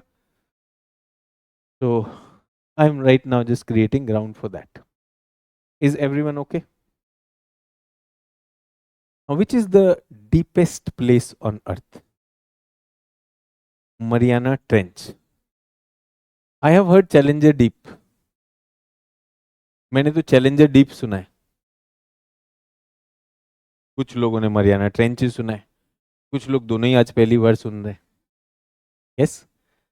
So trenches are the deepest places in the oceans. Do we agree? Why? Because subduction happens. These are created on subduction zones. Can I say these are deep, narrow? They are narrow also. And can I say linear? Linear means along a line. हाँ ये पहले हमने इधर बनाया था कुछ. Which plate is this? Nazca plate. So Nazca plate is coming here and this plate is here. Do you know that there is a trench over here? This is called the Peru-Chile trench. Get that? Because Nazca plate and South American plate, they are colliding like this. This is created. Can I say it's a long one? Linear feature? Linear, narrow, deeps created at the zone of convergence. Deepest portions in the ocean, they are called trenches. But trench exactly ऐसा नहीं होता है, V shape में नहीं होता है. Trench के अंदर ऐसा रहता है. तो trench itself has many deeps. तो जो छोटे छोटे होते हैं इनको क्या बोलते हैं? Deep. Do we get that? So which is the deepest trench of the world? Mariana. Mariana के अंदर बहुत सारे डीप होंगे. सबसे डीप कौन सा है? 1 2 3 4 5. Which is the deepest? 4 is your Challenger deep. Do you get that? The difference between a deep and a trench. कौन बड़ा है, डीप या ट्रेंच? अरे ट्रेंच मैक्रो है, उसका छोटा सा बच्चा है. ये सुनो सर, डीप बड़ा है. The trench is a macro feature, इसीलिए वहां पर डाला. ट्रेंच कहाँ पे डाला था? मैक्रो में डाला था कि नहीं डाला था जब आपने डायग्राम बनाए थे? ट्रेंच यहाँ मैक्रो में डाला. अब क्या किया? ट्रेंच को बड़ा करके दिखाई दिया आपको. D1 D2 D3, just to show you in the diagram, please write down trench. Trenches are a unique trench or trenches are a unique ocean bottom feature. Trench or trenches are a unique ocean bottom feature.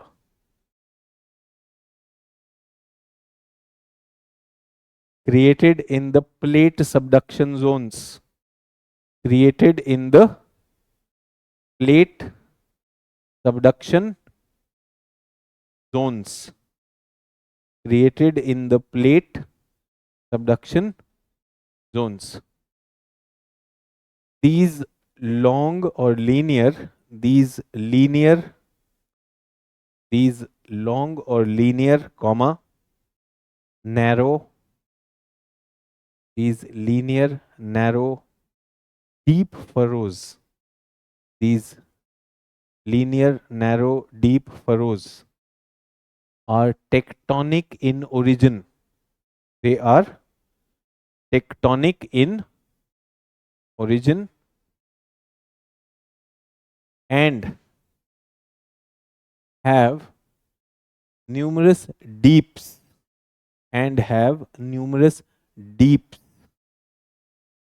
within themselves. तो trench के अंदर ही there are numerous deeps within themselves. Example, Mariana Trench in Pacific Ocean. Example, Mariana Trench in Pacific Ocean. Mariana Trench in Pacific Ocean has Challenger Deep. Has Challenger Deep within it. Has Challenger Deep within it. Done. आपका homework, in bracket write down find the depth. इनकी depth वहां पे data लिख लेना. State PCS में पूछेगा 9 kilometre, 10 kilometre, 11 kilometre. तो depth, check the depth. हो जाएगा? Not important, but that's what we are talking about. Next, please write down. Pacific Ocean. Pacific Ocean having the maximum number of convergent boundaries.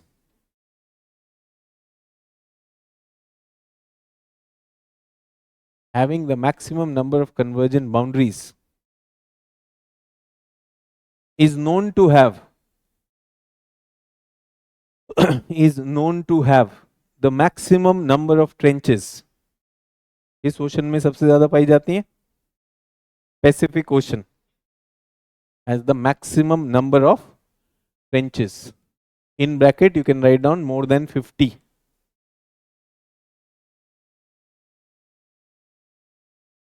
More than 50. The famous ones include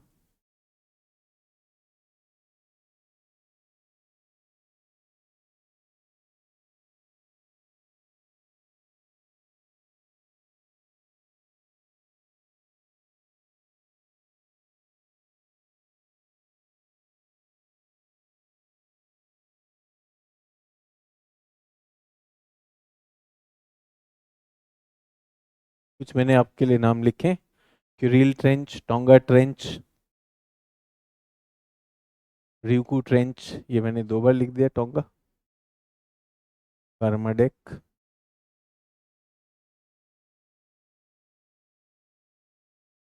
ठीक है।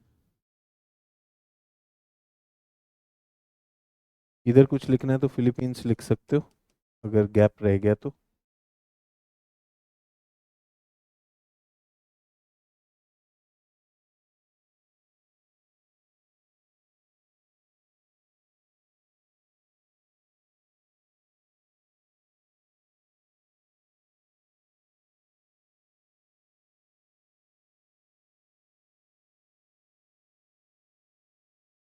अभी done.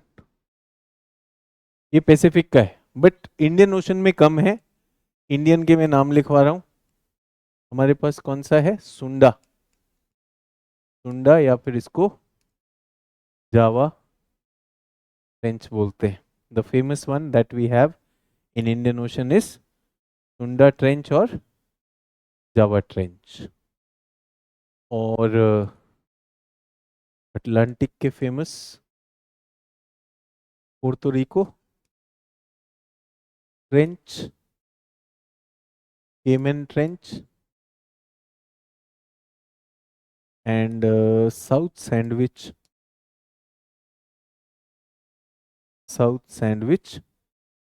Trench. 1 2 3 4 5 6 7 8 9 10, there are around 100 plus trenches। मैंने आपका काम 1/10 कर दिया है, 10 के करीब नाम है, ये पता होना चाहिए।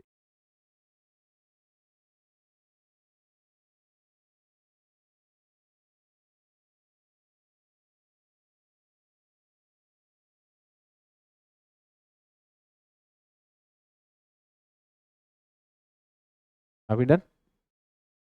ओशन बॉटम कंफर्टेबल सब लोग। अब अगर और कुछ एनसीईआरटी में मिलता है कल पढ़ के आना, पूछ लेना, मोटा मोटा एग्जाम के लिए, कोई भी एग्जाम के लिए। Ocean bottoms are flat and featureless, ये लोग पढ़ाते थे, अब इन्होंने देखा there are lot of features and these are the macro features which we must know. Everyone done. तो ओशन किसको बिलोंग करता है, ओशन का categorization, zonation we have done, we have also looked at ocean bottom. Let us look at ocean dynamism now. क्या देख रहे हैं, ocean dynamism. फिर भी इधर से कुछ मैंने स्लाइड बनाई थी, ये भी तो देखे। कॉन्टिनेंटल शेल्फ ये होता है, ये होता है, ये होता है, स्लोप ये होता है, राइज ये होता है, एबिसल ये भी होता है। हाँ जी, देखने में कैसा लगता है, शेल्फ, शेल्फ ब्रेक, स्लोप, ये छोटू छोटू abyssal hills and all that. इधर गेओट है और इधर अगर बाहर आ गया तो सरफेस पे आया तो आइलैंड। किसी ने कहा सर गेओट कैसे फ्लैट क्यों हो गया, गेओट की मर्जी। So if it was an island, waves chopped it off, ठीक है। If it was something which was not an island but sediments were depositing, so वो ऊपर आ गया।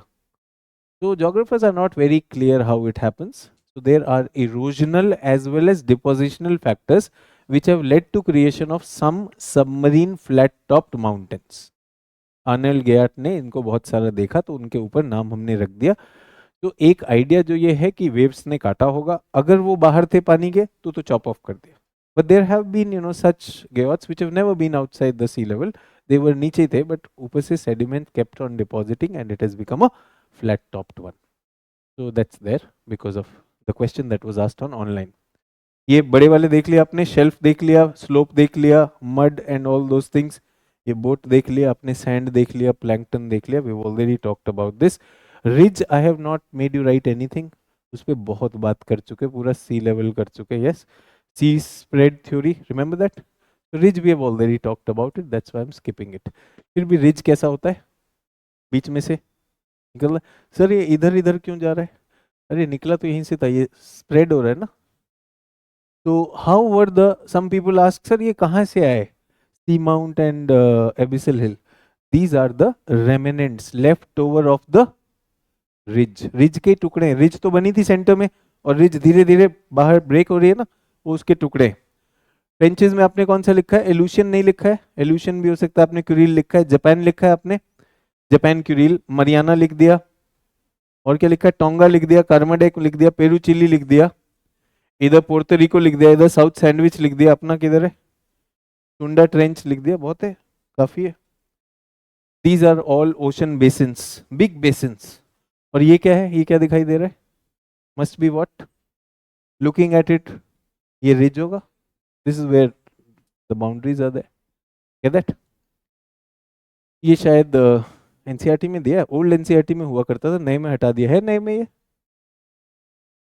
तो for geography optional they ask us a question कि पूरे Atlantic ocean के detail में उनका बॉटम बताओ. तो यू आर लकी, तुम्हारा तो ज्योग्राफी ऑप्शनल है नहीं, तो उनके लिए ये स्लाइड हम लोग बनाते हैं. ये ओल्ड एनसीईआरटी में हुआ करता था, new NCERT has removed it, so generally that is for them. So we are also knowing what are the basins. as a teacher I know all those things. so आपके लिए तो simple दिया, कौन सा दिया, पोर्टोरिको ट्रेंच दिया, केमन trench दिया, ये दोनों ट्रेंच दे दिए. रिमेंबर दिस नॉर्थ सी में मैंने आपको बोला वाइड, यहां पर है आपका डॉगर बैंक. कौन सा bank, Dogger Bank. I told you Baltic Sea, North Sea, ये सब क्या है, शैलो जोन. ये आपका ग्रैंड बैंक है न्यू फाउंडलैंड के पास. Do you get that. बीच में ये क्या है, this is the ridge that we have. Similarly for your Pacific Ocean, ये आपके लिए this is the Atacama trench, Peruvian trench लिखा है वहां पर, अटकामा भी लिख लो, उसका दूसरा नाम है, पता चला उसने एग्जाम में अटकामा पूछ लिया तुम अटक गए. Peruvian trench, Humboldt trench, Atacama trench, Peru Chile trench, सब सेम है, सब सेम है. इधर टोंगा एंड कार्मेडेक हो गया, साउथ में है. इधर क्या किया हमने, Aleutian, Kuril, Japan, Bonin, Mariana, these are the trenches that we have talked of. आपको ये प्लेटूज करने की कोई जरूरत नहीं है. Remember we said wide continental shelf where, Bering Sea, sea of Okhotsk, यहां पे बोला था. Now this is Japan. Remember Japan is what, Japan is an island which is created like this. So should we expect a wide shelf or a narrow shelf? So everywhere you will find there is a narrow shelf. इधर सब क्या है, narrow shelf, but यहाँ पर wide हो जाएगा. Can you see this? Did I made you write down the archipelago? यहाँ पर wide हो जाता है, so that's what we are talking about. ये इंडियन ओशन का, इंडियन में सुंदर लिखा है हमने. That's all. आपको और कुछ नहीं करना था. Ocean dynamism. Let's talk about this. So next heading is ocean dynamism. Ocean dynamism.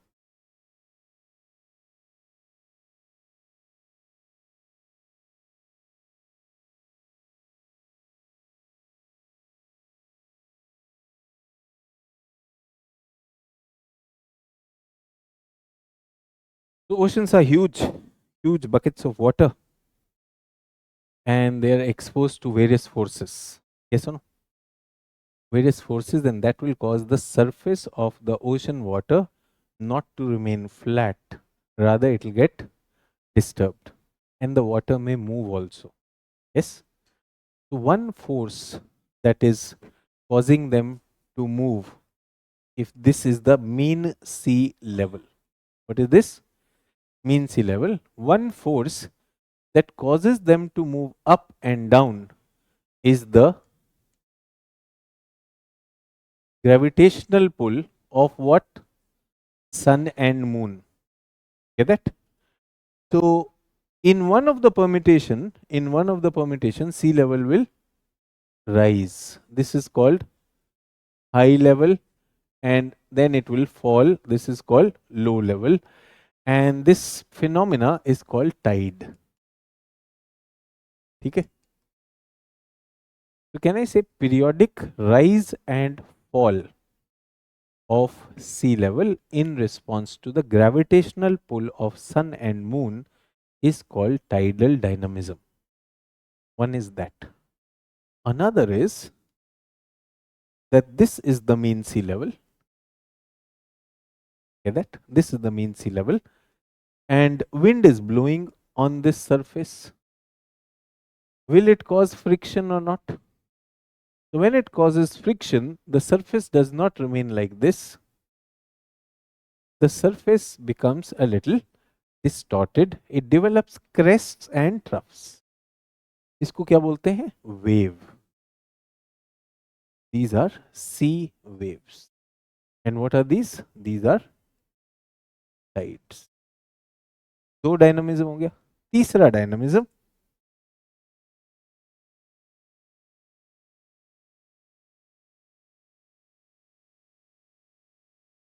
this is ocean. This is ocean, and in ocean I am drawing a map. What is this? क्या बना है map में? Asia बना है और ये Japan दिखाई दे रहा है. ठीक है, इधर क्या बनाया? ये नॉर्थ अमेरिका बना दिया. बीच में कौन सा ओशन है? Pacific ocean. ठीक है, अभी तक दो मोशन हमें पता है. One is rise and fall. Rise and fall is called tide, and the surface which should have been flat becomes uneven, that is called waves. तो एक में तो विंड ये काम कर रही है, दूसरे में क्या काम कर रहा है? ग्रेविटेशन. अब तीसरे में एक इंटरेस्टिंग चीज हुई, हमें यही पता था. Get that? तो यहां पर there was a ship. There was a ship which was moving over here, and a cyclone came, and the ship was loaded with containers. बड़े बड़े कंटेनर्स थे उसमें. तो आपने देखा होगा सड़क पे जाते हैं, ट्रक पे एक बड़ा सा कंटेनर होता है, बॉक्स, मैसिव बॉक्स, 20 फीट भी आता है, 40 फीट भी आता है. So container ship caught in a cyclone. Cyclone यहाँ पर क्या कहलाता है? टाइफून. यस. उसने शिप की हालत बिगाड़ दी. शिप टिल्ट हुआ. शिप तो सेफ था, बट दो कंटेनर गिर गए. दैट पानी में गिर गए, that's okay. Container are strong, they can withstand many thing. जब तक उनका दरवाज़ा बंद हो. दरवाज़ा खुल गया तो उसमें सामान निकल गया. That's okay. ऐसा हो जाता है. If that happens to a company, company के पास इंश्योरेंस होता है. ठीक है, तो shipping company no problem, insurance होता है. But what we found was that जो यहाँ पे शिप डूबा था, 6 महीने बाद यहाँ पर चीज़ें मिलनी शुरू हुई on the coast of US. उसमें कुछ जूते थे, जूता इधर पहुंच गया. ठीक है, कुछ फ्लोटेबल आइटम्स थे, रबर के आइटम या फिर फ्लोटिंग डक्स थी, वो उधर पहुंच गई. अब जूता पहुंच गया तो पहले तो इतना थाउजेंड्स ऑफ किलोमीटर जूता कौन लेकर आया? दूसरा, पीपल हु रिसीव द जूता दे आर वंडरिंग, एक ही पैर का है, दूसरा आ जाता तो फुल हो जाता. ट्रू और not? They actually monitored it, और ये पूरा चक्कर लगा रहे थे यार. And this was a very big discovery, that ocean water just does not rise up and down or just does not create undulation. There is actually motion of ocean water in the form of rivers. So narrow unidimensional, एक दिशा में actually ocean का flow होना, that is called ocean currents. ये तीनों चीजें हमें पढ़नी है. ocean currents सबको समझ में आया? टाइड क्या है? Periodic rise and fall. जिन लोगों को ऐसा है कि डेफिनेशन लिख के ही मोक्ष मिलता है, please write down.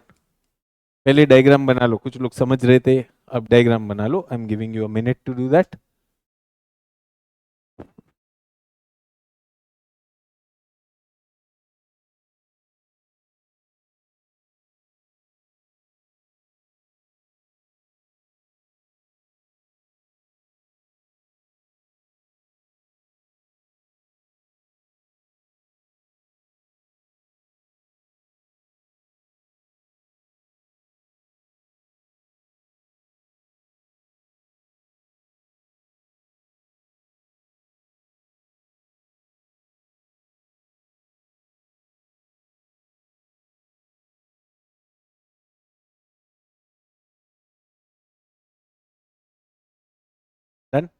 Please write down for tides. The periodic rise and fall. The periodic rise and fall of the periodic rise and fall of oceanic water in response to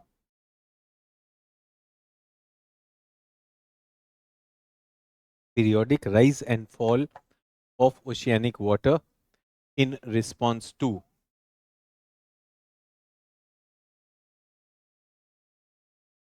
the gravitational pull of sun and moon. The gravitational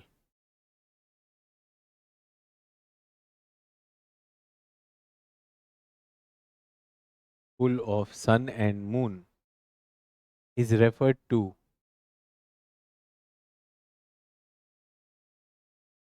as tides. The rise in sea level is called high tide, while the fall rise in sea level is called the high tide, while the fall is referred to as low tide. The difference between the two, the difference between the two is referred to as the tidal range.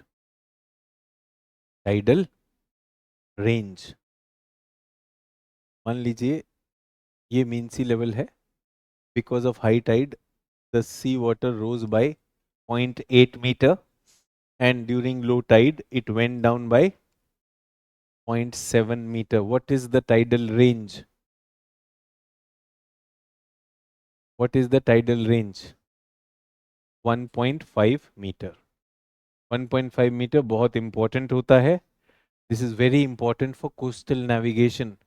Ships को उतना extra पानी मिल जाएगा. A ship has to enter a port. Yes. Remember, the ship has some part of it submerged. Yes. If the port does not have sufficient depth, the ship can enter the port only when high water or low water. High water का इंतजार करो and अंदर घुस जाओ. Get that? The highest tidal range in the world, the highest tidal range in the world is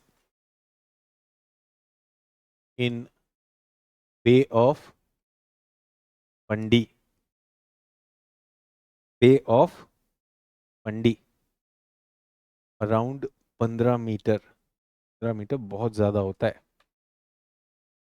Around 15 meter. So that bay, imagine that bay is how much? 5-story tall bay. वो खाली हो जाता है. बे एकदम खाली हो जाएगा, ships भी जमीन पे बैठ जाएंगे. Get that? So people can actually go and see a bay which is empty. आपको उसका बॉटम दिखेगा और आसपास क्या दिखाई देंगी? दीवारें दिखाई देंगी, because bay will have mountains on that, on the side. So you'll see, अरे this thing 6 hours में खाली होगा, 6 hours में वापस भर जाएगा. अगर नहीं लौटे तो 15 मीटर उठेगा वो. That is called Bay of Fundy. It does not happen everywhere. It is because of its unique shape that उधर water trap होता है और 15 मीटर आता है. Now tell me, if the water is rising and water is falling, water is rising and falling, can I put a turbine on the path? When it goes up, turbine घूमेगा, नीचे आएगा turbine. Possible? उससे क्या generate होगा? Electricity. This is called tidal energy. Problem with tidal energy? इतना होना चाहिए कि टरबाइन डूब जाए. तो टरबाइन का व्हील इटसेल्फ जो टरबाइन होता है, जनरली 1.5 to 3 मीटर्स का टरबाइन होता है. ओशन में जनरली टाइडल रेंज इज 1.5, उतना मिलता ही नहीं. तो not everywhere when you people see the oceans are important, we can extract tidal energy. Tidal energy has numerous limitations. One of them is that the tidal range should be sufficient. Do we get that? तो आपने सुना है ऐसे dam होता है, dam से water is flowing down and you put a turbine in that, turbine घूमेगा और आप उससे एनर्जी निकाल लोगे। ट्रू। तो डैम से हमेशा पानी इज गोइंग ऊपर से नीचे जा रहा है, कॉन्स्टेंटली जा रहा है। इधर फुल नौटंकी है, पहले नीचे जाएगा फिर ऊपर आएगा, नीचे जाएगा ऊपर आएगा। It's not easy, again a technological challenge. Yes सुनो, नाउ अभी इतनी देर में आएगा, फिर इसको यूज करना है, पलटना है, and everything, storage and many things, that is what we are looking at. World over tidal energy से बहुत ज्यादा अभी एनर्जी नहीं निकाली जाती है, that France is a leader for that. India में भी शायद दुर्गाद्वानी क्रीक में हमने पायलट प्रोजेक्ट्स किए। इंडिया में बात करेंगे, will talk about that in Indian geography. थोड़ा बहुत हमने विडीनियम में जब एक पोर्ट बना है वहाँ पे, विडीनियम पोर्ट नहीं सुना नहीं हम। अरे वो कौन सा पोर्ट बन रहा है वहाँ पर, केरला में अडानी पोर्ट, कहाँ पर है वो?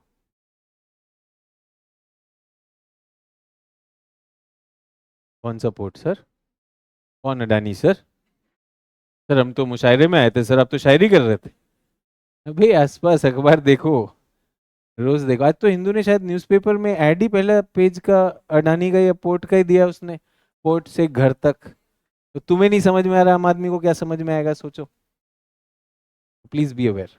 ठीक है, तो ये हो गया टाइड। आगे लिखेंगे waves. Waves, waves refer to waves refer to the surface undulations, surface undulations, surface undulations, undulation, surface undulations of the oceanic surface। Guddu Kumar कह रहे हैं केरला, हाँ केरला तो है, उसके आगे बताओ। हाँ जी, of the oceanic surface, due to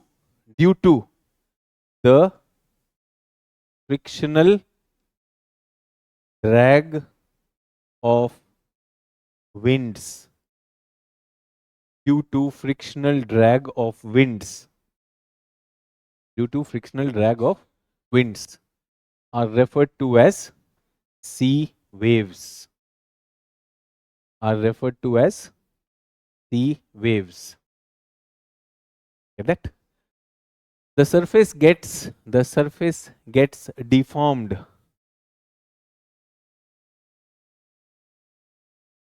with crests and troughs, with crests and troughs। तो उठा हुआ हिस्सा क्या कहलाता है? क्रेस्ट, और नीचे trough.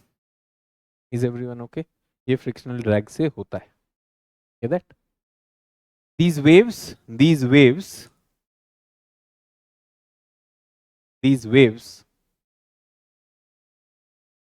have these waves have low amplitude, low amplitude। What is amplitude? वो जो हाइट का डिफरेंस है, एक क्रेस्ट और ट्रफ के बीच का जो हाइट का डिफरेंस है, that is called the amplitude। These waves have low amplitude, however as they approach the coast, however as they approach the coast, these waves begin to break। However, as they approach the coast, as they approach the coast, they begin to break. They begin to break, reaching the coast in the form of wash. Reaching the coast in the form of wash. Reaching the coast in the form of wash. And retreating, retreating, and retreating in the form of back wash। Wash की तरह आती है और back wash की तरह जाती है। Finally science right sir, VIZHINIJAM। हाँ, इसे आप लोग विजिनिज्म कहते हैं, इसी को मैं कहता विडिनियम पोर्ट। वो जो तुम लोग ऐसे सोच रहे थे मैं कह रहा हूँ। चलो ये सब ऐसे समझ में नहीं आता, दिखाते हैं। ये वेव है, दिखाई दे रही wave, crest crest, trough trough, यहाँ पर आए, यहाँ पर ये टूट गया। Can you see it is breaking?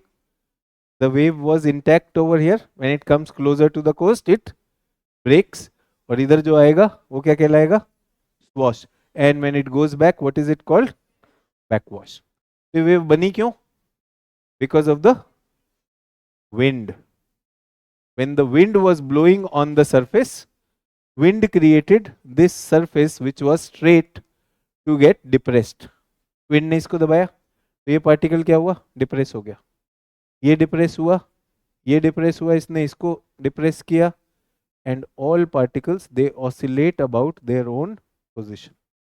एक पार्टिकल अपनी जगह पे ऑसिलेट करता है और यहां पर क्या बन जाता है सरफेस पर?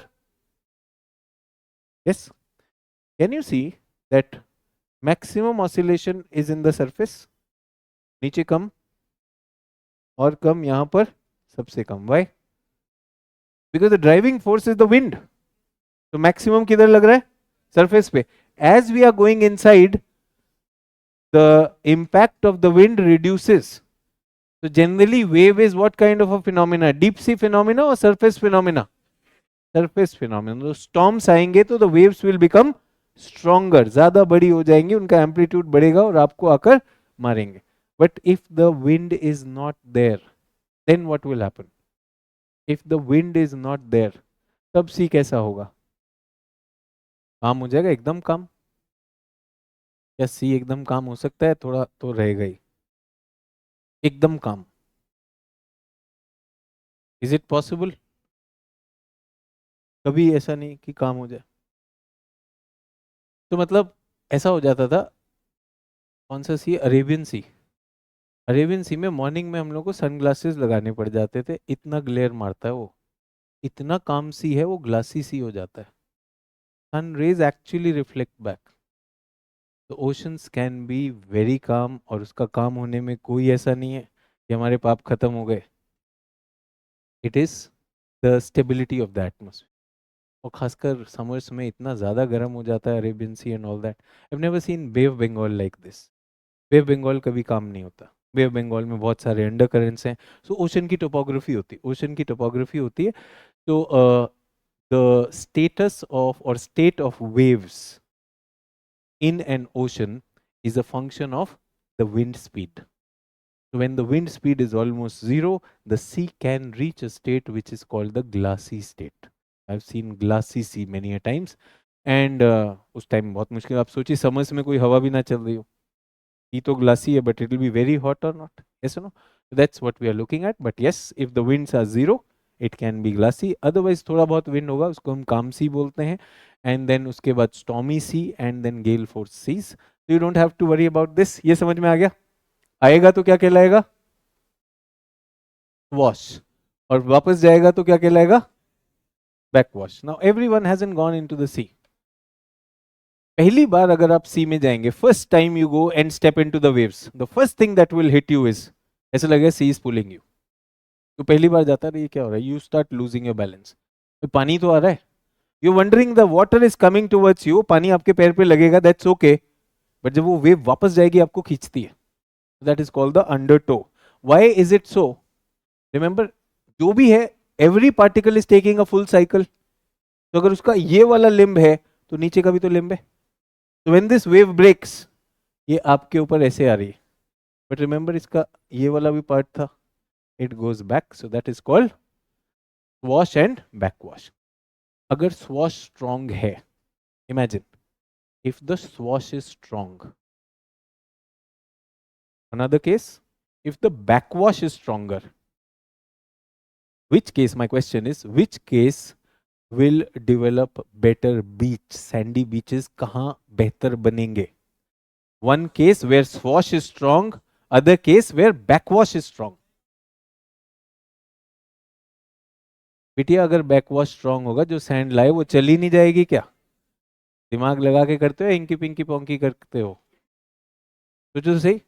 आप बीच पे गए, एक तो बहुतों ने बीच देखा ही नहीं, नहीं देखा है। यस, बेवॉच देख लेना, अगला एपिसोड, पुराना एपिसोड कुछ तो देख लेना। वो जो आवाज बंद करके देखा था वो वही था, बीच ही था। सैंडी बीचेस कैसे बनते हैं? Places where lot of sediments are coming and they are getting deposited over there, lot of sand will be there. यही पौंडीचेरी चले जाइए, पौंडीचेरी में रॉकी बीच है। इवन केरला के some of the beaches are very very rocky. Why rocky? वहां पे sand ही नहीं होता, बड़े बड़े टुकड़े, because what is strong over there? Backwash. तो वो जो लाइटर सेडिमेंट्स है उनको ले जाता है, और heavy rocks it can not move, that is there. So is it dangerous for us also? Certain places backwash is very strong. तो नोटिस लग जाता है उधर, किसी में स्विमिंग के लिए नहीं जाए। If you go for swimming in the sea, what will happen? The backwash will take you, उसको अंडर टो जोन कहते। और अगर वहां फंसी गए हो और अगर आपको सी ले जा रहा है तो लड़ने की जरूरत नहीं है, ले जाएगा वो तो, दैट्स ओके। भाई तुम गए क्यों थे? पहली बात, गए थे इसलिए कि you can take water, so if you are a swimmer you can not fight that undertow, वो आपको दरिया में ले जाएगा, थोड़ी दूर ले जाएगा, फिर तैर लो। डूबना नहीं है, मतलब इफ यू नो स्विमिंग, आप ऊपर रहो, बोट भेज के हम बचा लेंगे आपको, but you can not fight it, that's undertow. ठीक है, अब तुम्हारा ध्यान क्या चला गया? मैं वहां पे गया हूं और मुझे पानी खींच रहा है, मैं बचाओ बचाओ कर रहा हूं, फॉरगेट दैट। अब जो वेव की मैं बात कर रहा हूं, this is a different wave. This is a wave which is not created by friction, this is a wave which is created by a crack at the bottom of the ocean. तो यहां पे energy कहां से release हुई? ये ये इस छुटकू energy से मत कंपेयर करना। ये छुटकू एनर्जी क्या है? हवा का पुश। और ये क्या है? 7 मैग्नीट्यूड का रिक्टर स्केल की energy, which is more than a nuclear bomb. If a 7 magnitude earthquake has come at the ocean bottom, it is going to shake up the entire water column. Remember in the wave what happens? As you go deeper, the impact reduces. यहाँ नीचे से ocean हिलना शुरू हुआ है, everything is shaking. तो ये भी ऐसा ही लगता है on the sea, on the sea इसकी वेव भी ऐसी दिखाई देगी। अगर शिप है तो the ship will never get to know. Problem कब होगी? जब ये कोस्ट पर आएगा। It is not coming with the energy of the wind, it is coming with the energy of an earthquake. Earthquake की एनर्जी लेके entire ocean from bottom to the top is coming towards you. Yes, अभी तो ये wave है, this is the coast, हल्की सी wave आई टकराई, swash backwash, swash backwash, swash backwash, now the entire ocean is coming towards you. Wash wash wash wash wash, ये एक है first wave. Second wave wash wash wash wash, that's the difference between tsunami and a wave. Do we get that? That's what we are talking about. The tsunami results when earthquake changes the sea floor. A faulting drops the seabed, thrusting raises it. एक fault हो गया, एक नीचे गया, एक ऊपर गया, displaces the entire volume of it. Displaces the entire volume. अब एक बात बताओ, ये वेव बन गई, अभी तक क्या था? फ्लैट था। Moment a wave is created, will this part of the water get raised up or not? When this part gets raised up, तो ये automatically down हो जाएगा। Think about, there is a bed sheet on your bed. उसके centre में हम एक stick करके bed sheet को वर्टिकली उठा देते हैं। Will the sides of the bed sheet be pulled closer or not? Imagine a bed sheet is spread out and there was a stick in between, but I raised the stick. So will the bed sheet which was covering the bed, now the sides will be pulled in? तो ये क्या हुआ? तो अभी तक पानी कहां पर था? The pani was covering everything, but now before tsunami, this thing is pulled. So this happened in Chennai. People said, अरे आज लास्ट टाइम भगवान राम जब आए थे तभी समुद्र ने जगह दी थी, आज फिर चांद से, लिटरली रामायण मोमेंट। उसके बाद पीछे ये खड़े हुए, उसके बाद अब भागो, कहाँ भागोगे, because this will now travel like this, और फिर when it breaks it will travel like this. That's what we are talking about is a tsunami. Do we understand the difference between a simple wave and a tsunami? दो simple wave are not simple, उनमें बहुत energy होती है. ऐसा मत सोचना people who haven't seen a coastal storm. मैं तो कह रहा हूँ ऐसे आप कभी कोस्ट पे हो, यू आर इन मुंबई और चेन्नई और anywhere and you encounter a storm, you know what mighty waves are. But tsunami उनके भी मतलब एंसिस्टर्स है अगर देखा जाए. When they come they will hit. तो एक सिंपल क्वेश्चन मैं आपके सामने, I am just putting this as a comparison. Wind waves, they are influenced only top 100 meters. Simple wave, top 100 meters. Their wavelength is 10 second to 100 second, sorry, 10 to 100 meter. Wave height and wavelength are relative to the wind speed. Wave velocity कितना होगा? Generally 10 seconds of kilometer, 10 kilometer per hour. ठीक है, इसको देखें 100 kilometre, और 100 भी नहीं होगा, 700 किलोमीटर पर आवर. और आप कहाँ गए थे? समुद्र में देखने गए थे, फिर आप भाग रहे हो, और उधर से वो आ रही क्या? 700 kilometres per hour. Yes, that's what we are talking about. They are influence the entire depth, not just the surface. Everyone, do we understand? They have wavelength of hundreds of kilometres, सिर्फ metre नहीं kilometre है. The wave heights are not affected by wind speed. Wind has got nothing to do with it. At sea पता भी नहीं चलेगा. Only in the coastal areas that they will start breaking. Why only in the coastal area? यहाँ पर कुछ पता नहीं चलेगा ना जब तक उसके पास डेप्थ है. When the depth is shallow, then it starts breaking. Only in the shallow depth that is going to happen. And the last one is wave comes ashore as a raised plateau of water. It will not come as a wave. ये तो छोटा सा wave आ रहा है ना, यहाँ पूरा plateau of water है. This will keep on coming. Yes. ये भानु है, ये पूछ रहे हैं केदारनाथ में जो इंसिडेंट हुआ था उसे सुनामी कह सकते हैं? बेटा क्या सेवन करके क्लास में आते हो, और क्लास के बाद अब कर लेना 2 पुड़िया, पहले पुड़िया लेके बैठे हो. Tsunami is an oceanic phenomena. Tsunami is an oceanic phenomena. बैठे बैठे अपने इमोशन की सुनामी बंद कर दो. Get that? Thanks a lot. Time to end the class. I'll be talking about currents tomorrow. Important questions current से आते. Wave और tide easy है, but I have a request everyone, please read currents from this. ठीक है, currents की बात करेंगे और थोड़ा सा ocean के salinity will be talking about. Salts, what they have. That's what we'll be talking about. Thank you. Have a great day. Jai Hind.